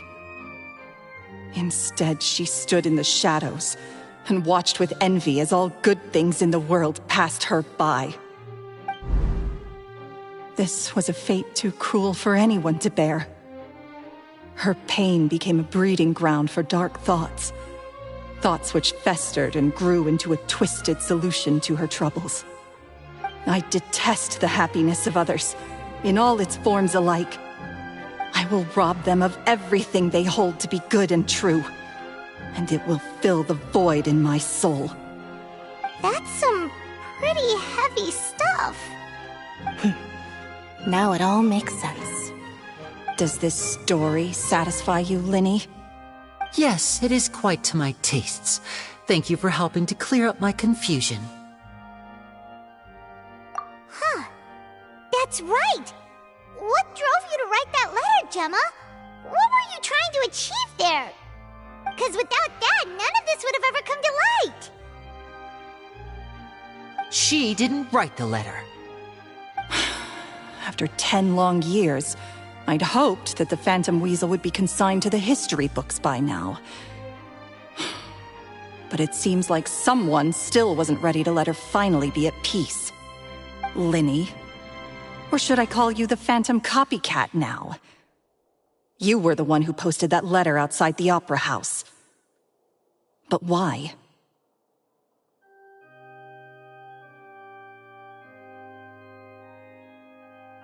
Very sharp, Phantom Weasel. Still as shrewd as ever. Well, no need for me to be coy about it. Our goal was to clear Caesar's name. The most straightforward way to change the public's impression of Caesar was to force the Weasel to show themselves. That's it? You had no other agenda? Of course we did. We made it quite clear in the letter, I believe. I shall take from you that which you hold most dear, just as you did to me 10 years ago. 10 years ago? You mean Caesar's death? You met him? Wait. Oh, I get it. You were those two obnoxious kids. It's been so long, and you're all grown up now. I didn't recognize you. He taught you magic back then, didn't he? For what, 10 days or something? And you went to all this trouble. Why? Because you feel like you still owe him something? We remember all our debts, however great or small. 10 years ago, Caesar's reputation was torn to shreds, and his legacy was thrown out. 10 years on, and no one cares what the truth is anymore. But we did not forget, and so we came to find you. And? What exactly did you take from me? I'm still standing, as you can see. Lorenzo has admitted to everything. I'm free. Free? Do you really think so? Caesar once told me that even though the world is filled with lies and falsehoods, we must find our own truth. I think that applies to you too. Truth can take many forms. Prized possessions with nostalgic value, fervent hopes and dreams, and irreplaceable people. Life took many things from you, and those wounds never healed. When they ached unbearably in the dead of night, stealing became your way of numbing the pain. What are you trying to say? I'm saying that for the last 10 years, you've been living a rather uneventful life. Perhaps that's because you found something other than a life of crime to fill the hole? Back to Lorenzo for a second. He murdered his own master, played along with your act, and took pains to make sure any suspicion would be directed towards him. But what did he have to gain from all that? He knew who you were and the things you'd done, and despite that, he was willing to give everything up for your sake. He's the reason that you haven't felt the compulsion to steal in all these years. You're more than just accomplices in murder. You're the only real friends each other has. So I think you know, deep down, that he is the only truth you have in your life. But that truth is gone now, and I guarantee you, you'll never see it again. Congratulations on your freedom, Gemma. Your freedom will cost you dearly. From now on, you'll be all alone in a world full of lies and falsehoods. I do hope you'll be able to bear it. You've still got a long life ahead of you after all. Gather round, one and all. The time has now come for the amazing Linny to perform his final act in tonight's show. I'm sure you're all wondering what he has planned for the grand finale. Well, wonder no more, for the answer is a death-defying high-altitude escape. A high-altitude escape?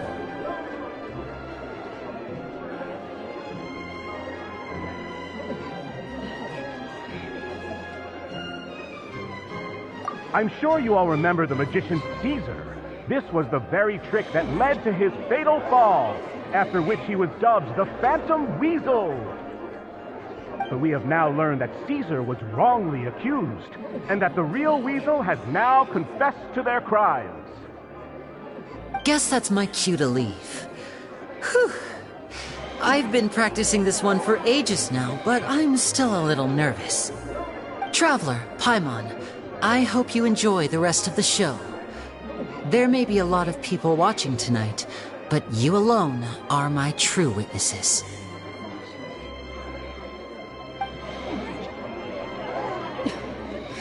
Lenny, wait. You two hid a lot from Caesar. He went to his grave without ever knowing your secrets. So what about now? Are you an open book? Or are you still the same as ever? You don't have to tell lies to end up isolated and alone.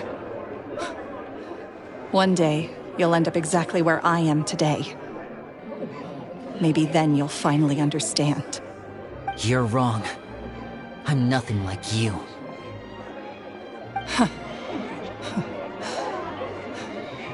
So, what are we, doing now? Like Linny said, when you're ready, let's head outside and watch the show. But what about Gemma? She'll figure out what's best for her soon enough. Oh, and if you'd like to see Linny after the show, you know where he'll be. The usual haunt. All right. Well, let's go and watch Lenny's finale then. This trick's a pretty dangerous one, but he should be able to pull it off, right?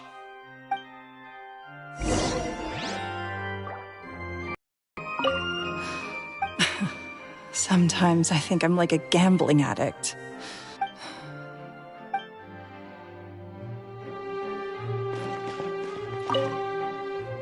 Magicians are not. Thieves only tear things apart. But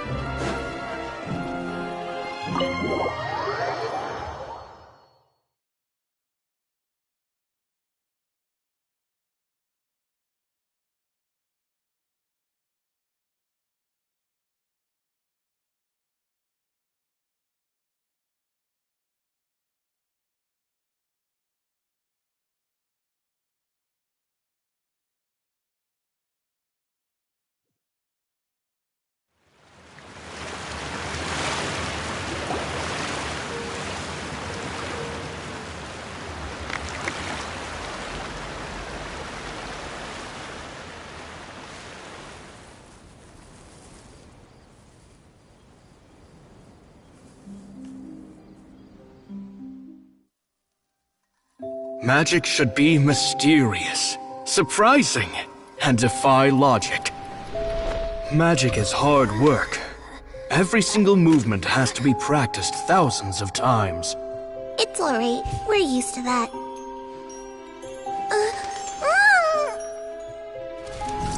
We're sorry. You've taught us so much, but we can't tell you the whole truth. It's okay. Do you still remember what I told you? This world is full of lies and falsehoods. I only hope that one day you can find your own truth. What about you? Have you found your truth? Magic is my truth. I want to perform a magic trick so great that people will always think of me when they talk about it. For a magician, what greater honor could there be? Look! Behold! Linny is sealed inside the box. Will he manage to escape? 10 years ago, Caesar attempted this very trick, and it was at this precise moment that...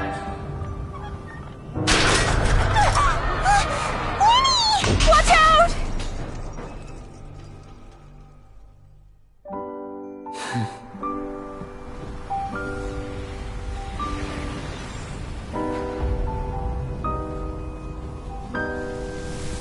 Mysterious. Surprising. And logic-defying. Isn't that right?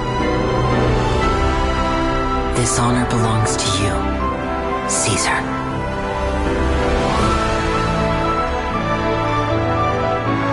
I'm just sorry it's a little late.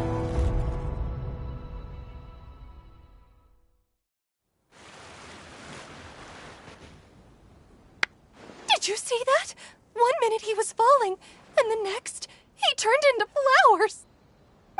How could he possibly have done that?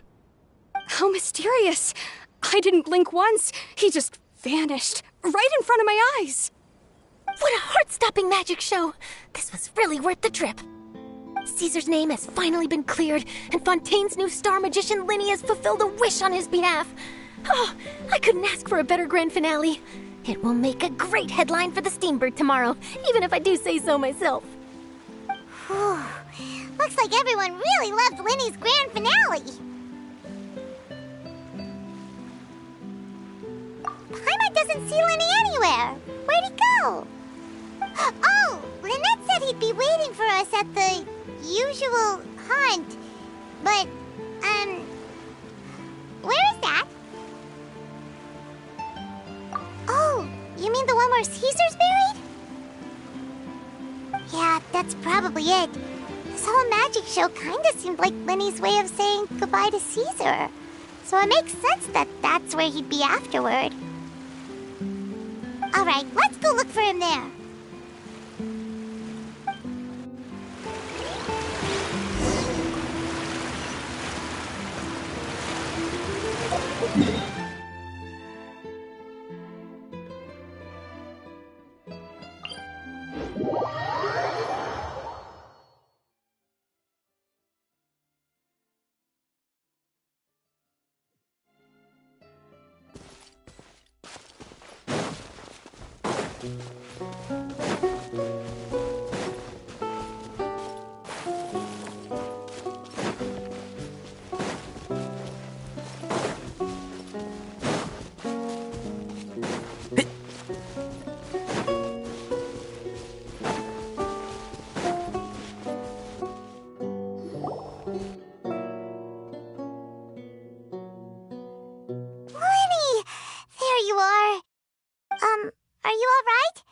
Paimon was scared to death when the chain broke.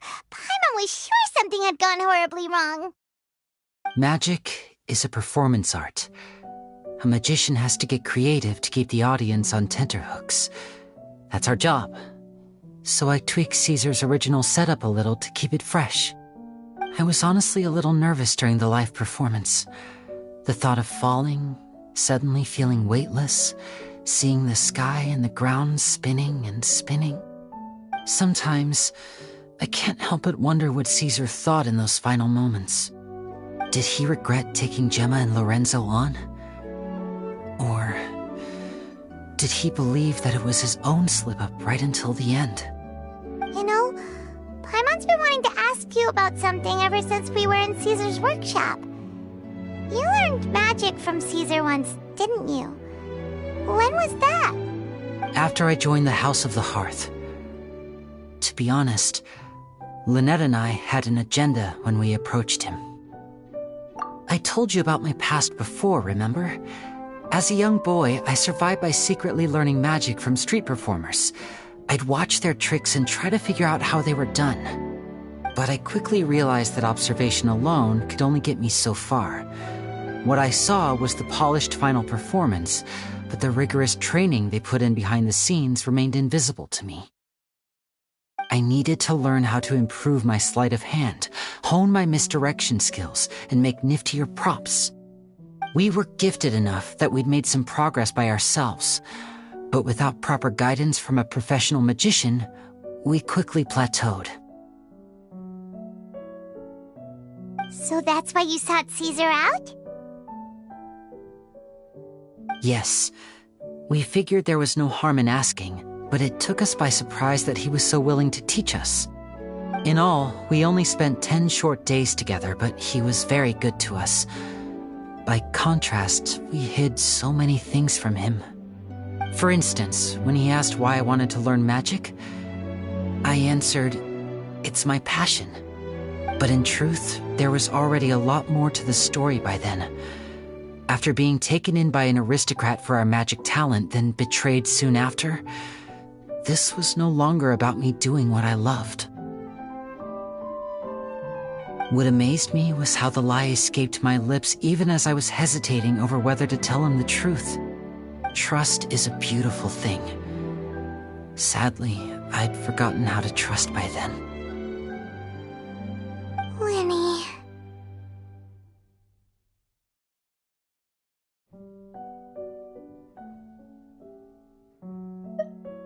Still worried about the way I feel?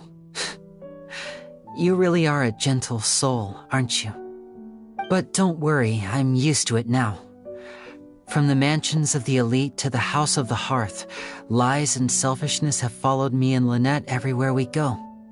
After Caesar went on tour, we became busy with our missions.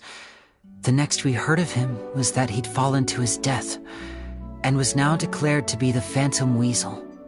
That night, I remembered his smile. But as I lay there, I didn't know what to say to him. To keep secrets is to put up walls. The longer you keep them up, the less you let people in. Then, one day, you look around and realize your life is like an empty auditorium after a show, full of seats once occupied by all the people who left. But I guess that's the price we have to pay. You only realize how much someone really meant to you when you lose them completely. That's why I was so confident this would hurt Gemma. Because I felt it for myself.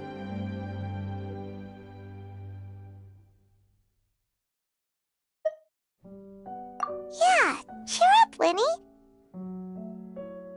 We've had to say our fair share of goodbyes during our journey, too. But whatever happens, Paimon always believes in what tomorrow brings. Delicious food, fun toys, and the traveler by my side.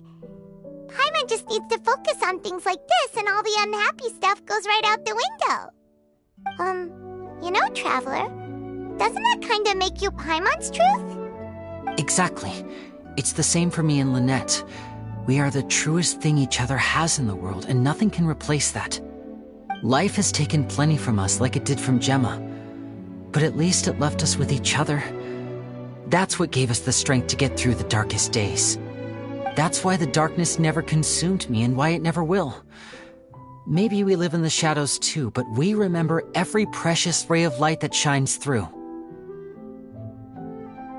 Alright, time to lighten this conversation up a little. What did you think of the show tonight? Were you happy with it? It was amazing! Paimon just wishes we hadn't been so distracted with the Gemma situation. We spent most of our time in the Opera House just talking and pretty much missed the entire first half of the show. Lenny, could you do just one more trick for us? Whoa, that's a bit of a tall order, I'm afraid. The show's just finished, so my sleeves are decidedly card-free right now. Aw, come on! Surely you can think of something. The Lenny Paimon knows can do anything if he puts his mind to it. Oh, all right then. I'll give it a go, but only because it's you.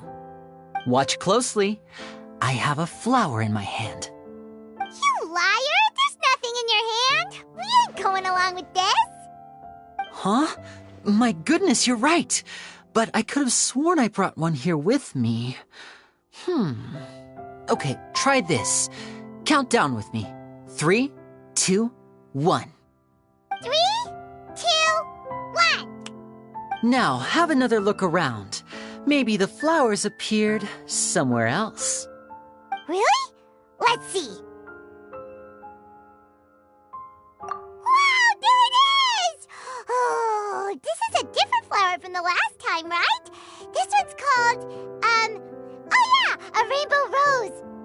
But more importantly, Paimon has to know how the trick is done. Please, Lenny, pretty please! Well, if you want to learn magic, you'll have to start by addressing me as teacher. Fine. Please, teacher, please! Since you asked so nicely, I'll share one little tip with you. Namely, the student of magic cannot solely rely on others being prepared to reveal their secrets. You have to observe, think, and find the answers for yourself. Is that it? Look at the time. We shouldn't linger here too long. Thanks again for coming to see my show. I bid you both good night. I look forward to seeing you again. All right, fine. See ya. Shall we head back now, too? Oh, Paimon can't wait to read The Steambird tomorrow. Paimon bets Linny and Caesar will be placid all over it. Let's head to the Steambird's offices tomorrow morning and see what we can find out.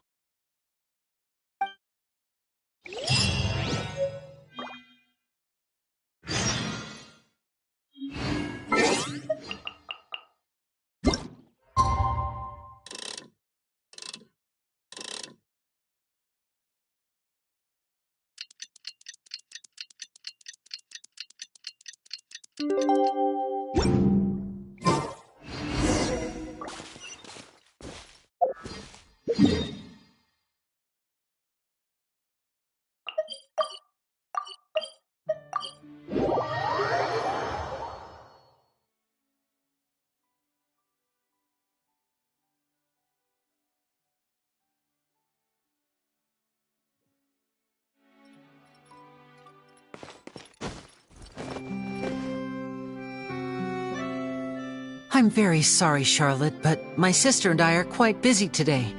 I'm afraid we'll have to decline this interview. Oh, please, Linny, I'll only take a moment of your time, if you would be so kind. Huh? What's happening here? I spent all night writing my piece about the Phantom Weasel, and it was going to go to print this morning. But just as dawn broke, I suddenly received news that Caesar's fiancée, Gemma, had contacted the guards and confessed to having been the real Phantom Weasel all along. That was quick.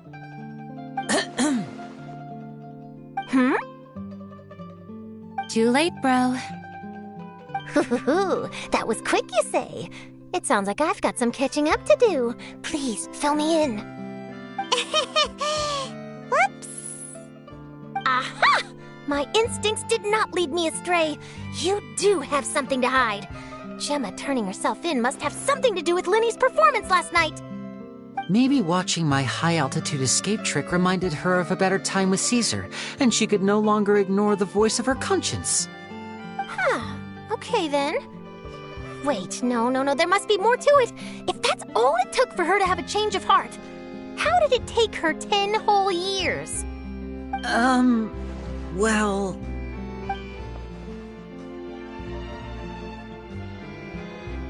Oh, I remember now! You and Gemma were nowhere to be found after the show. What happened between you? Quickfire question, where did you all go after the show? Oh, we went to the cemetery and Linny did a private magic trick just for us. Actually, glad you mentioned it, because that reminds Paimon, guess what? Linny started using rainbow roses in his tricks! What? I don't recall ever having received a rainbow rose from you myself. Is this supposed to mean that they're more important to you than your own sister? No, I just, What now? Oh, did Paimon say something wrong again? This is getting pretty awkward. What do we do, Traveler? Seems like this interview wasn't meant to be. Well, never mind. There's always next time. Forgive my persistence, but when there's explosive news waiting to be found, I can't turn away. The news about Gemma has already made waves, and I'll stop at nothing to get to the bottom of it all. Apparently, one of the things she said to the guards was that her final wish is to see Lorenzo one last time. There's clearly a web of complicated relationships there. Can't blame me for being curious. All right, I guess I'll leave you to continue the rest of your conversation in peace. Bye for now.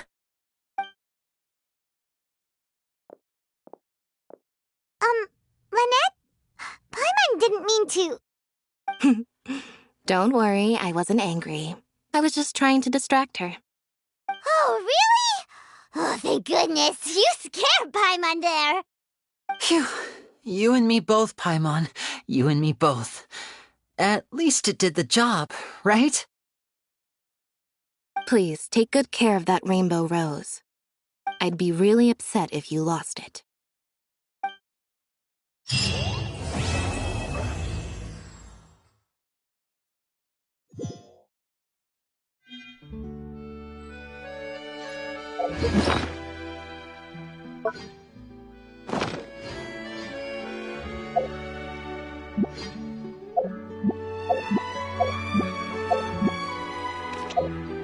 What?